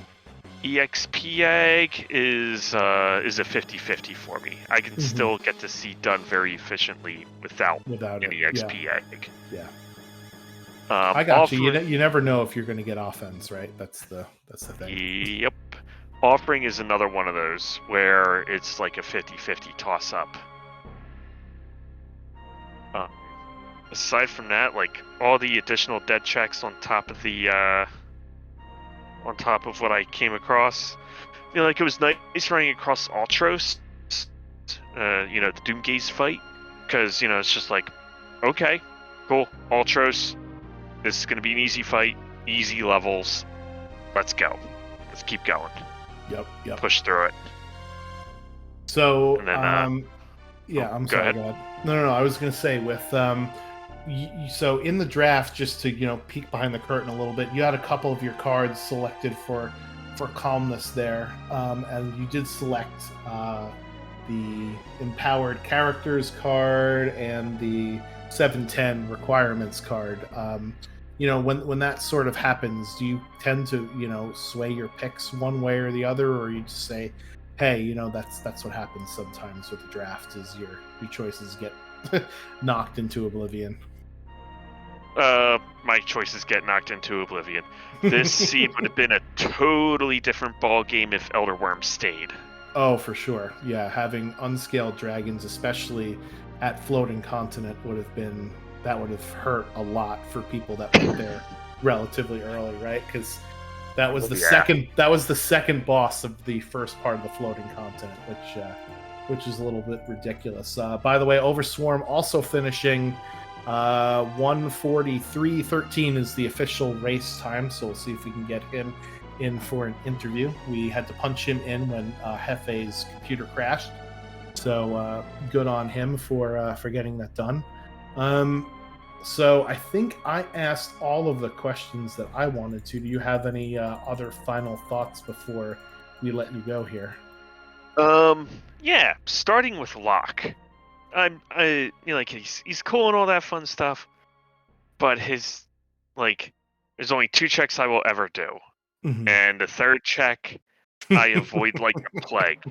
Like you saw me do Burning House, you Yep. even saw me peek Fanatic's Tower, and people hate that check.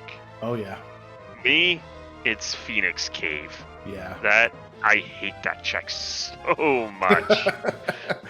See, I'm the opposite. If I start with Locke, I do Phoenix Cave first because there is treasure in there. But if you're having to do Phoenix Cave later in the seed, then you just never do it, right? And nobody knows. Well, we didn't get to see what was in Phoenix Cave because nobody went there. Everybody decided to do Go from Kefka at Narsh, so we don't know if there was a character in there or not. But the seed required Magimaster and Ebbets Rock for Shadow in order to round out your characters there, which could have been quite the conundrum. We also didn't see what was in Zone Eater too, so Shadow might have been avoidable, right? Because he had all Espers. I think there was 5 Espers in Shadow's checks, which is crazy.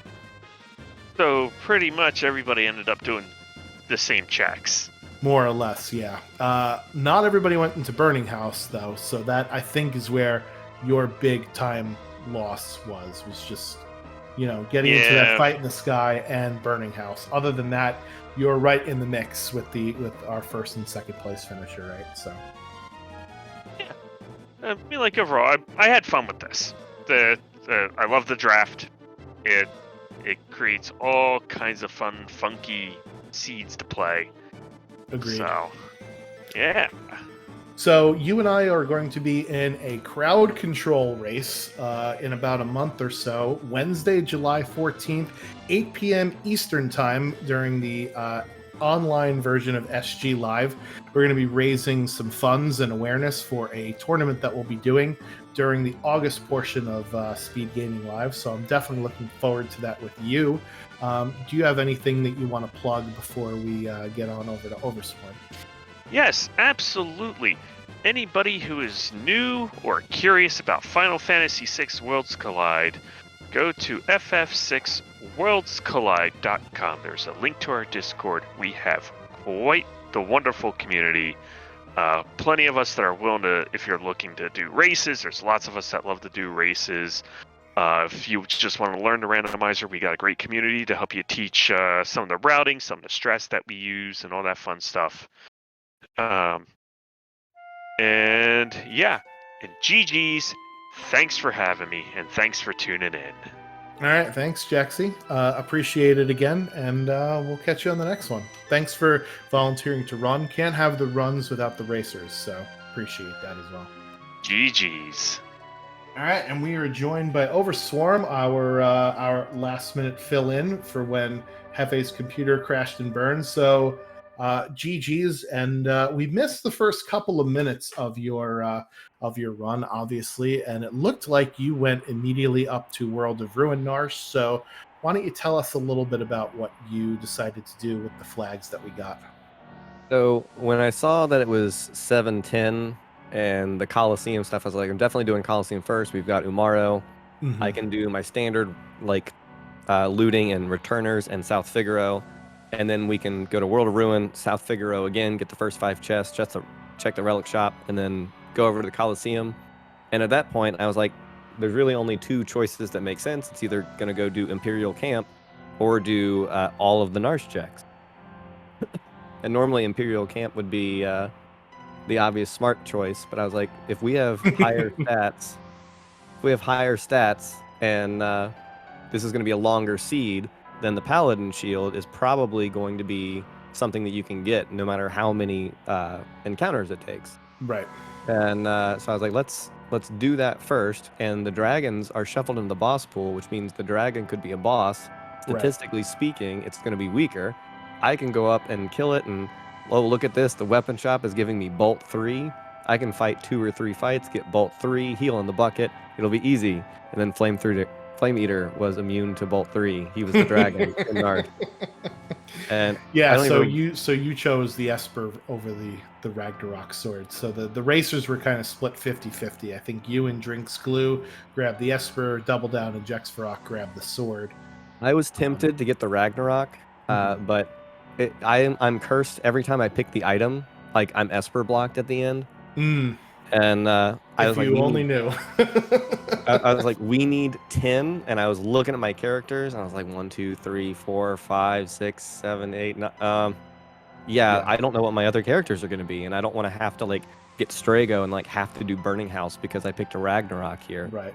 Especially with the auction house having 0 Espers in it, which is one of the cards that we picked, right? So you couldn't even buy your way out in this particular seed. So ultimately it was a mistake going there. I think it would have been fine if the bosses were different, but Funbaba being the Umaro check immediately after after Flame Eater, and I have Bolt 3 and a Thunder Rod, like that. Those were my aces.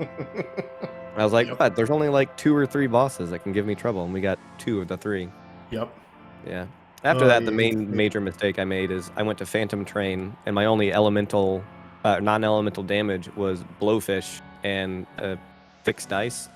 And I was like, I don't want to go to Kefka's tower and then have to kill the head with Blowfish and like a single hit fixed dice. Yeah. This is an offering. I guess we can go ahead and grab it. Shouldn't be too long, but that was a mistake. It took too long. Well, I there was a couple of other runners that did go through Phantom Train for the offering. I wouldn't have continued looking in Monster in a boxes after I got an offering. But that's certainly, I don't fault you for going through and getting the offering there. And I think that's, really where the time loss between you and the rest of the pack sort of was just in that unfortunate, routing. Everyone else went, with the let's do Imperial Camp after looting sort of thing. It was a good idea and a good strategy. It just happened to not work. Yeah. Which is just unfortunate. Like when I was starting, I was like, there's only 2 things we can do. We know what characters we've got, and I'm going to do Narsh if we get really good offense early on. And it like dangled Bolt 3 and a Thunder Rod. I was like, all right, we got Breakables and a spell. There's only like 3 bosses, maybe 4 with Magi Master. This won't work on, so we should be good. And yeah, it wasn't. Unlucko. So yeah, I think this seed was also, I don't, Shadow had 5 Espers in all of his checks. So I don't know if Shadow is necessary to get, because we don't know what was in Phoenix Cave or Zone Eater, right?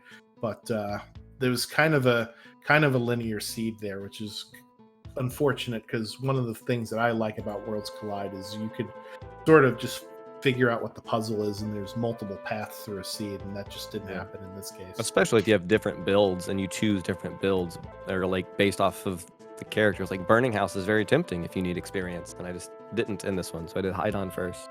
Yep. Well, Burning House is a dead check anyway, so well, I'm glad I didn't do it. You avoided that, so that's what happened to Jexfarok, is he sunk like 6 or 7 minutes into Burning House, and that's why he was where he was. But I thought I was being pretty clever with Shadow. I was like, well, we're going to have to do Floating Continent because that's probably going to be where the character is, but I'm going to be clever, and I'm going to do Senior Behemoth first because we're already in World of Ruin, and then I'm going to do the Gal's dad's house, and then I'll do Floating Continent. If the character's first, then I can just bail immediately after, and we'll be set. And that was a time loss. Yeah. Every gamble. Because you also don't want to... You also don't want to short circuit at the 3rd, because the 3rd could be your character, right? So, yep. Yeah. All right. Cool. Any other final thoughts about the race before we let you go here? I actually did like 7-10. It was kind of interesting. It definitely doesn't play to my strengths because I have a problem of playing too safe, and 7-10 is longer, and so everything's easier because you get more experience naturally. Right. Yeah. So 7-10 used to be what the standard race was, but we changed it to lower it down a little bit because some of the races started to drag on a bit longer. Especially, this seed was a little linear, but there weren't so many dead checks in it. You know, if we had like some of the other characters that had like more checks available to you, then it could certainly drag on for I a could while. certainly see certain seeds of this hitting like 2-hour mark without too much going wrong. The extra character requirement really can sometimes do you in. You know, we also used to start with 2 characters and not 3, so that also didn't help either. But anyway, and that's your history lesson. Worlds Collide with me. So yeah, any other thoughts besides liking the 710? Not really. Just every gamble I took lost. Like Narsh was not good for my offense, and Shadow routing wasn't good. I didn't need the offering because I got Bahamut immediately after and the Waterfall, which for some reason I didn't do before Phantom Train, which I always do. And I got the Paladin Shield, thinking, hey, this will be useful. And there are elemental shields absolutely everywhere. Yeah. For cheap. Yep, flame shields in shops, ice shields as rewards. Yeah, all that. So, all right. Well, thank you for volunteering to run the race and for being a part of it. Always appreciate it. Can't have the races without the racers, right? That's the phrase. That's how it goes. So thank you so much for participating, and hopefully you've signed up for Ultros League Season 4. Gentle reminder to do so if you haven't. So I will see you out in Ultros League. All right, so that is going to do it for us here at Final Fantasy VI Worlds Collide. We are going to be back next Wednesday, 8 p.m. Eastern Time, here on one of the SpeedGaming networks. Just another reminder, we are doing a crowd control race Wednesday, July 14th at 9 p.m. Eastern, as sort of a showcase of Worlds Collide, where you can vote with money, obviously. We always do this kind of thing for money. But we're also doing it for charity, which is nice.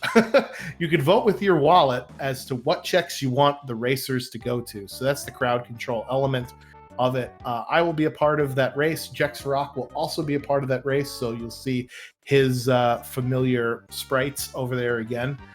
So that's Wednesday, July 14th. Mark it down on your calendars. We are going to also be doing a tournament as part of the SG Live festivities later on in August. So be on the lookout for that. And I think that's about it. I've said everything I need to say. ff6wc.com is the website. I've been the Schwantz27. Thank you so much, and we'll catch you next week. Peace.